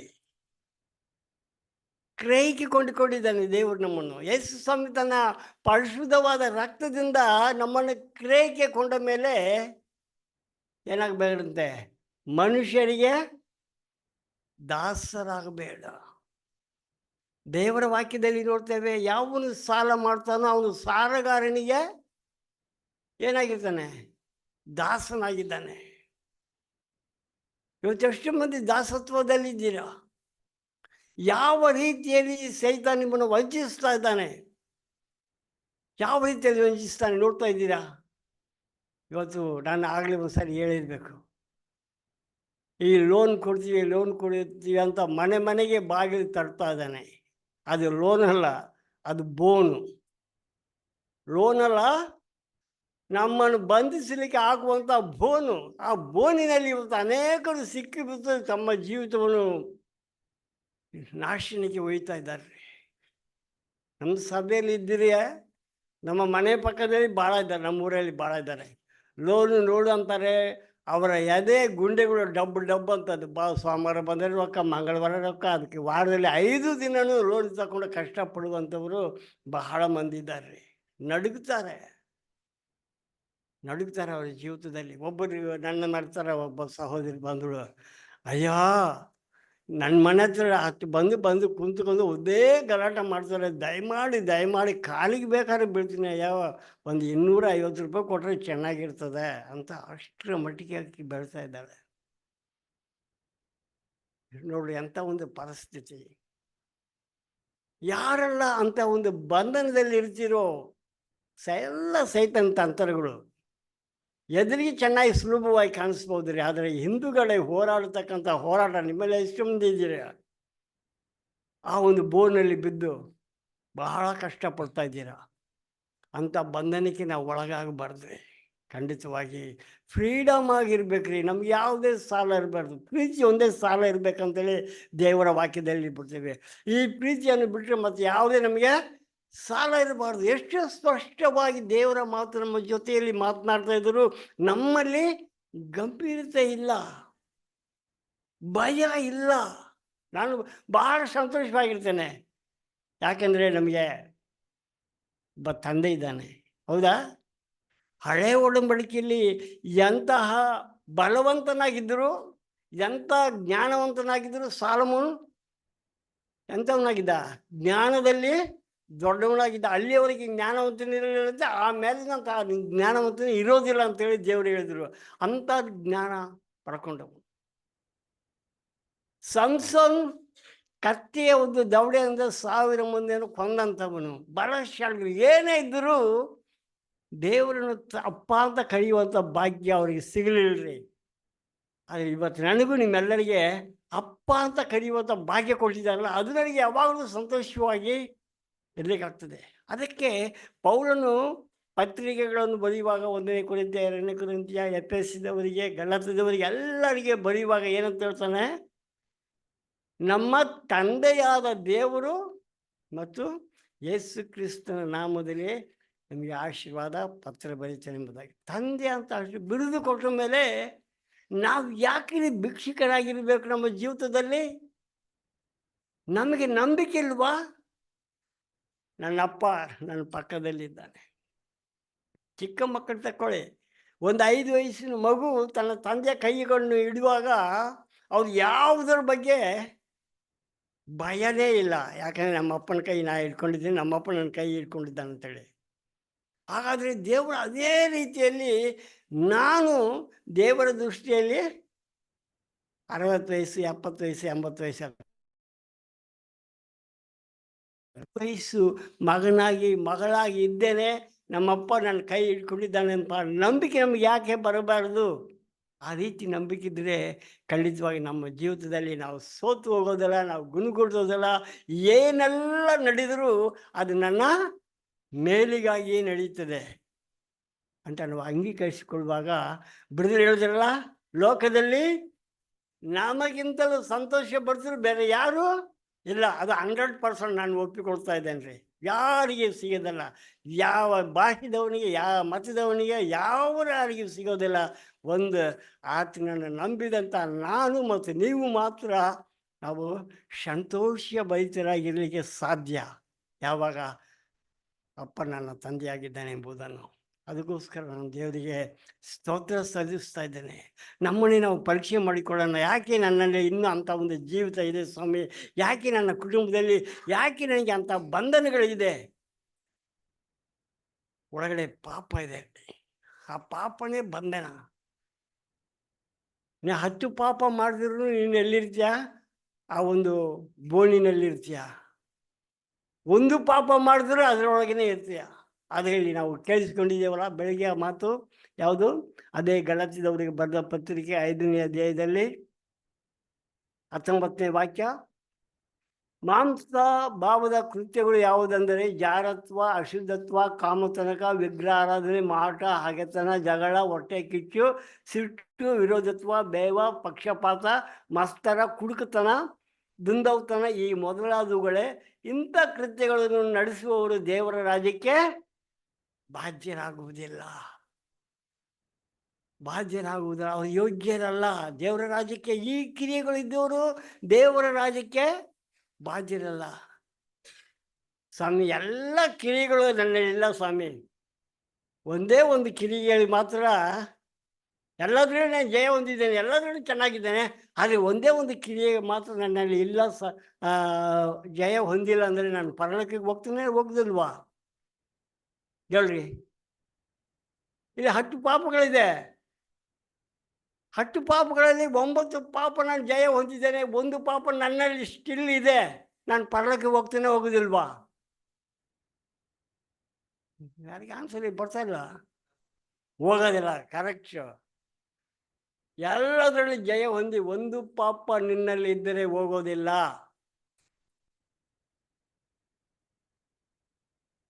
ದೇವರಿಗೆ ನಾವು ಕೃತಜ್ಞತೆಯುಳ್ಳವರಾಗಿರ್ಬೇಕ್ರಿ. ಯಾಕೆಂದರೆ ಈ ಎಚ್ಚರಿಕೆ ಮಾತುಗಳೆಲ್ಲ ದೇವರು ಇಲ್ಲಿರುವಾಗಲೇ ನಮಗೆ ಪ್ರಕಟ ಮಾಡ್ತಾ ಇದ್ದಾನಲ್ಲ, ಅದನ್ನು ನಾವು ಅಂಗೀಕರಿಸಿಕೊಂಡು ನಮ್ಮ ಜೀವಿತದಲ್ಲಿ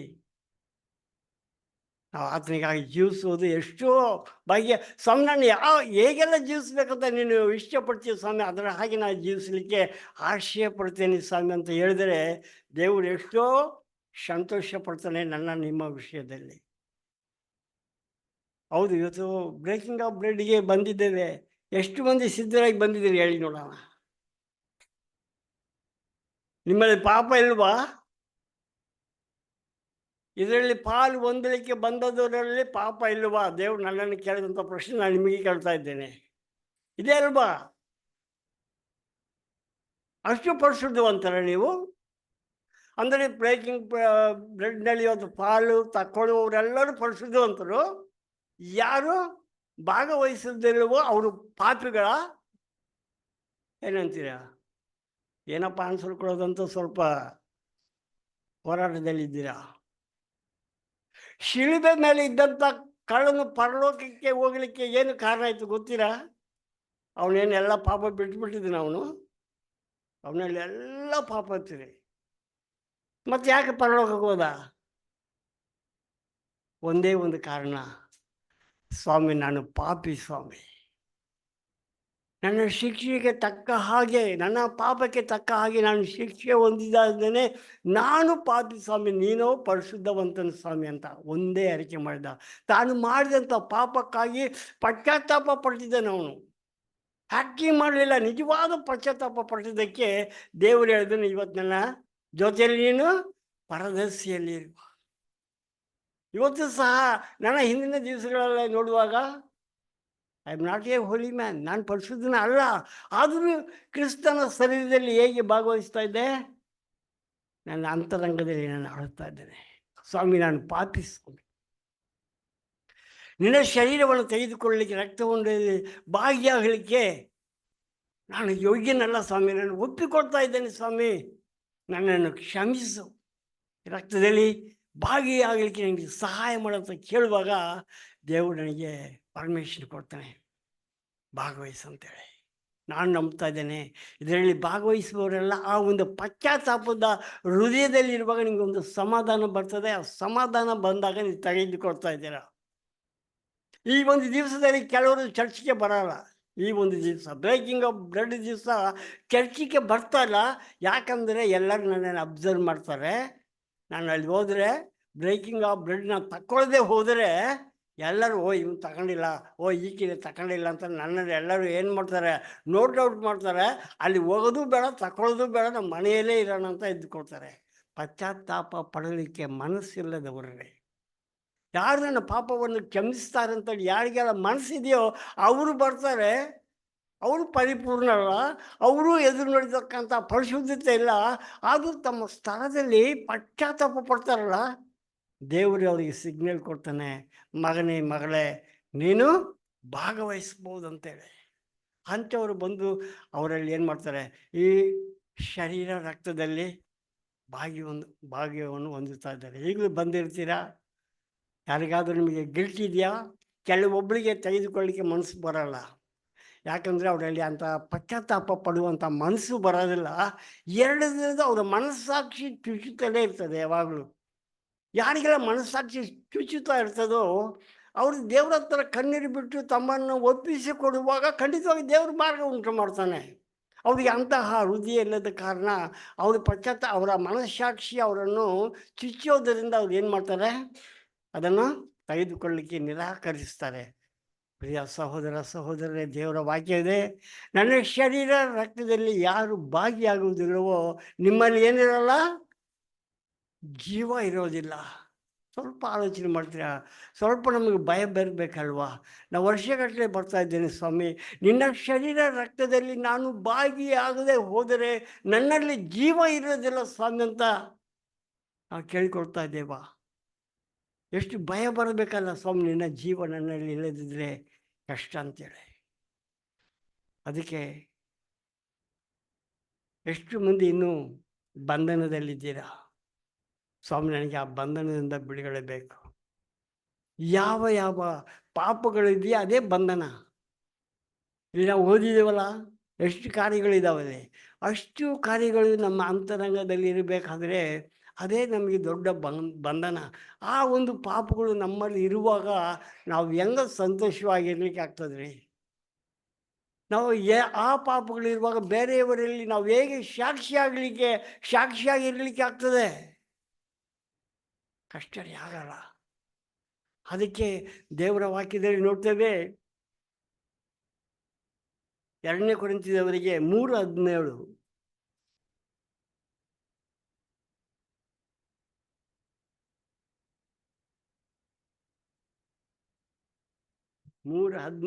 ಏನು ವಾಕ್ಯ ಅದೇ?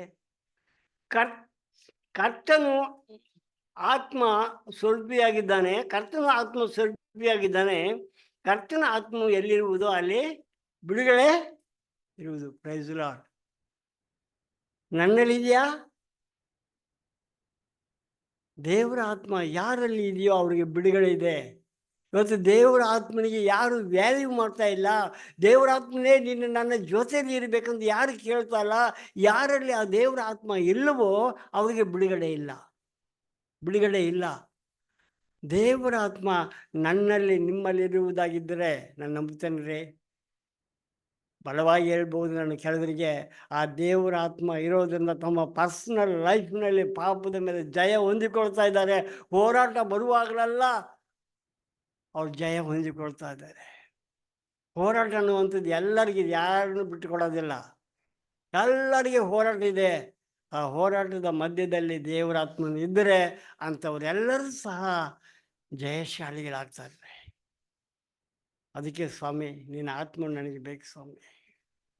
ನೀರು ಇಲ್ಲಾಮೆ ನಾನು ವಾಳ ಮುಡಿಯಾದಯ್ಯ ಹಾಡು ಇದೆಯಲ್ಲ, ನೀನು ಇಲ್ಲದೆ ನಾನು ಬದುಕಲಾರೇನು. ಆ ಮನೋಭಾವ ಬೇಕು. ಬೆಳಿಗ್ಗೆ ಎದ್ದ ತಕ್ಷಣ ನಿನ್ನಲ್ಲಿ ದೇವರ ಆತ್ಮನಿದ್ದರೆ, ನನ್ನಲ್ಲಿ ದೇವರ ಆತ್ಮನಿದ್ದರೆ, ಬೆಳಿಗ್ಗೆ ಎದ್ದ ತಕ್ಷಣ ನಾವು ಮಾಡುವಂಥ ಪ್ರಾರ್ಥನೆ ಅದೇ, ಸ್ವಾಮಿ ನಿನ್ನ ಕೃಪೆ ನನಗೆ ಬೇಕು ಸ್ವಾಮಿ. ಈ ದಿನವನ್ನು ಒಪ್ಪಿಸಿಕೊಡ್ತಾ ಇದ್ದೇನೆ. ಈ ದಿನದಲ್ಲಿ ಬರುವಂಥ ಎಲ್ಲ ಶೋಧನೆಯ ಸಮಯದಲ್ಲಿ ಸ್ವಾಮಿ ನಾನು ಜಯಶಾಲಿ ಆಗಬೇಕು ಸ್ವಾಮಿ. ಆ ರೀತಿ ಪ್ರತಿದಿನ ಯಾರು ಆತ್ಮನಿಗಾಗಿ ತವಕ ಪಡ್ತೀರೋ ಅವರೆಲ್ಲರಿಗೆ ದೇವರು ಬಿಡುಗಡೆ ಕೊಡ್ತಾನೆ. ಅದಕ್ಕಾಗಿ ನಾನು ದೇವರಿಗೆ ಸ್ತೋತ್ರ ಸಲ್ಲಿಸ್ತೇನೆ. ನಮ್ಮನ್ನೇ ನಾವು ಪರೀಕ್ಷೆ ಮಾಡಿಕೊಳ್ಳೋಣ. ನಾವು ಯಾರಿಗೆ ಗುಲಾಮರಾಗಿರುವುದು ಬೇಡಲ್ರಿ. ಆದ್ದರಿಂದ ಸಂಪ್ರದಾಯಗಳನ್ನು ಮಾಡಿದಂತಹ ಹಳೆಯ ಒಡಂಬಡಿಕೆಯಲ್ಲಿ ಆಗಿರ್ತೀರಿ. ಆದರೆ ಹೊಸ ಒಡಂಬಡಿಕೆಯಲ್ಲಿ ನಾವೆಲ್ಲರೂ ಸ್ವತಂತ್ರರಾಗಿರ್ಬೇಕಂತೇಳಿ ದೇವರು ಬಯಸ್ತಾರೆ. ಖಂಡಿತವಾಗಿ ಈ ಒಂದು ಪಂಕ್ತಿಗೆ ಬಂದಂಥ ನಾವು ಇನ್ನೂ ಯಾರಾದರೂ ಮನೆ ಬಿಟ್ಟು ಬರಬೇಕಾದ್ರೆ ನಾನು ಹೋಗ್ತೀನಿ ಚರ್ಚಿಗೆ, ಆದರೆ ಪಂಕ್ತಿಯಲ್ಲಿ ನಾನು ಪಾಠ ತಗೊಳ್ಳೋದಿಲ್ಲ ಅಂತ ಮನಸ್ಸಿನಲ್ಲಿ ತೀರ್ಮಾನ ಮಾಡಿಕೊಂಡಿದ್ದರೆ ಸ್ವಲ್ಪ ಆಲೋಚನೆ ಮಾಡಿ. ಶಿಲುಬೆ ಮೇಲೆ ಇದ್ದಂಥ ಕಳ್ಳನನ್ನು ಆಲೋಚನೆ ಮಾಡಿ. ಅವನು ಮರಣ ದಂಡನೆಗೆ ಗುರಿಯಾದಂಥ ಮನುಷ್ಯನು ಶಿಲುಬೆಯಲ್ಲಿ ಇರಬೇಕಾದ್ರೆ ಅವನಿಗೆ ಬಂದಂಥ ಪಶ್ಚಾತ್ತಾಪದ ಮನಸ್ಸು, ಒಪ್ಪಿಕೊಳ್ಳುವಂಥ ಮನಸ್ಸು ಒಂದು ವೇಳೆ ನಿನಗೆ ಇರುವುದಾಗಿದ್ದರೆ, ಸ್ವಾಮಿ ಹೌದು ಸ್ವಾಮಿ, ನಿನ್ನ ಸನ್ನಿಧಾನಕ್ಕೆ ಬಂದಿದ್ದೇನೆ, ನನ್ನನ್ನು ಕ್ಷಮಿಸಿ ಕರ್ತೇನೆ, ನಿನಗೆ ವಿರೋಧವಾಗಿ ನಾನು ದುಃಖಪಡಿಸಿದ್ದೇನೆ ಸ್ವಾಮಿ, ನನ್ನ ಜೀವಿತದಲ್ಲಿ ನಾನು ಅವಿಧೀನಾಗಿದ್ದೇನೆ ಸ್ವಾಮಿ, ನನ್ನನ್ನು ಕ್ಷಮಿಸಿ ಕರ್ತೇನೆ. ಆ ಕಳ್ಳನಿಗೆ ಯಾವ ರೀತಿ ಸ್ವಾಮಿ ನಿನ್ನ ಸನ್ನಿಧಾನಕ್ಕೆ ಬರಲಿಕ್ಕೆ ನೀನು ಪರ್ಮಿಷನ್ ಕೊಡ್ತೀಯ, ಅದೇ ಪ್ರಕಾರವಾಗಿ ಈ ಸಮಯದಲ್ಲಿ ಸ್ವಾಮಿ ನನ್ನನ್ನು ಕರುಣಿಸಿ, ನನ್ನನ್ನು ಕ್ಷಮಿಸಿ, ನಿನ್ನ ಶರೀರ ಮತ್ತು ರಕ್ತದಲ್ಲಿ ಭಾಗಿಯಾಗಲಿಕ್ಕೆ ಸಹಾಯ ಮಾಡು. ಆಗ ಮಾತ್ರ ನನ್ನಲ್ಲಿ ಜೀವ ಇರ್ತದೆ ಅಂತೇಳಿ ನೀವು ಹೇಳುವುದಾಗಿದ್ದರೆ, ನಾನು ಕೇಳುವುದಾಗಿದ್ದರೆ ಖಂಡಿತವಾಗಿರಬೇಕು. ಯಾಕಂದರೆ ಆತನ ಜೀವ ಇಲ್ಲದೆ ಭೂಮಿಯಲ್ಲಿ ನಾವು ಜೀವಿಸಲಿಕ್ಕೆ ಆಗೋದಿಲ್ಲ. ಸ್ವಾಮಿ ನಿನ್ನ ಚಿತ್ತದ ಪ್ರಕಾರವಾಗಿ, ನೀನು ಹೇಳಿದ ಪ್ರಕಾರವಾಗಿ ನಾನು ಬರುವ ತನಕ ನನ್ನ ನೆನಪಿಗೋಸ್ಕರ ಇದನ್ನು ಮಾಡಿರೆಂಬುದಾಗಿ ಹೇಳಿದ ಹಾಗೆ ಇದನ್ನು ಮಾಡಲಿಕ್ಕೆ ಆಗುವಂತೆ ಸಹಾಯ ಮಾಡಿರಿ ಅಂತ ಕೇಳಿಕೊಳ್ಳೋಣ. ನಮ್ಮನ್ನು ಪಶ್ಚಾತ್ತಾಪದಿಂದ ನಾವು ಒಪ್ಪಿಕೊಳ್ಳೋಣ. ಸ್ವಾಮಿ ನಾವು ಬಲಹೀನರು ಸ್ವಾಮಿ, ನಮ್ಮನ್ನು ಕ್ಷಮಿಸು, ನಿನ್ನ ರಕ್ತ ಮತ್ತು ಶರೀರದಲ್ಲಿ ಭಾಗಿಯಾಗಲಿಕ್ಕೆ ಸಹಾಯ ಮಾಡುವಂತ ಕೇಳಿಕೊಳ್ಳೋಣ. ಅದು ನಮಗೆ ಕೊಟ್ಟಂಥ ಆಜ್ಞೆಯಾಗಿದೆ. ಆದ್ದರಿಂದ ಆ ವಾಕ್ಯವನ್ನು ನಾವು ನೋಡಿಕೊಳ್ಳೋಣ. 1 ಕೊರಿಂಥದವರಿಗೆ ಬರೆದ ಪತ್ರಿಕೆ 11ನೇ ಅಧ್ಯಾಯ 23ರಿಂದ ನಾನು ಓದ್ತೇನೆ.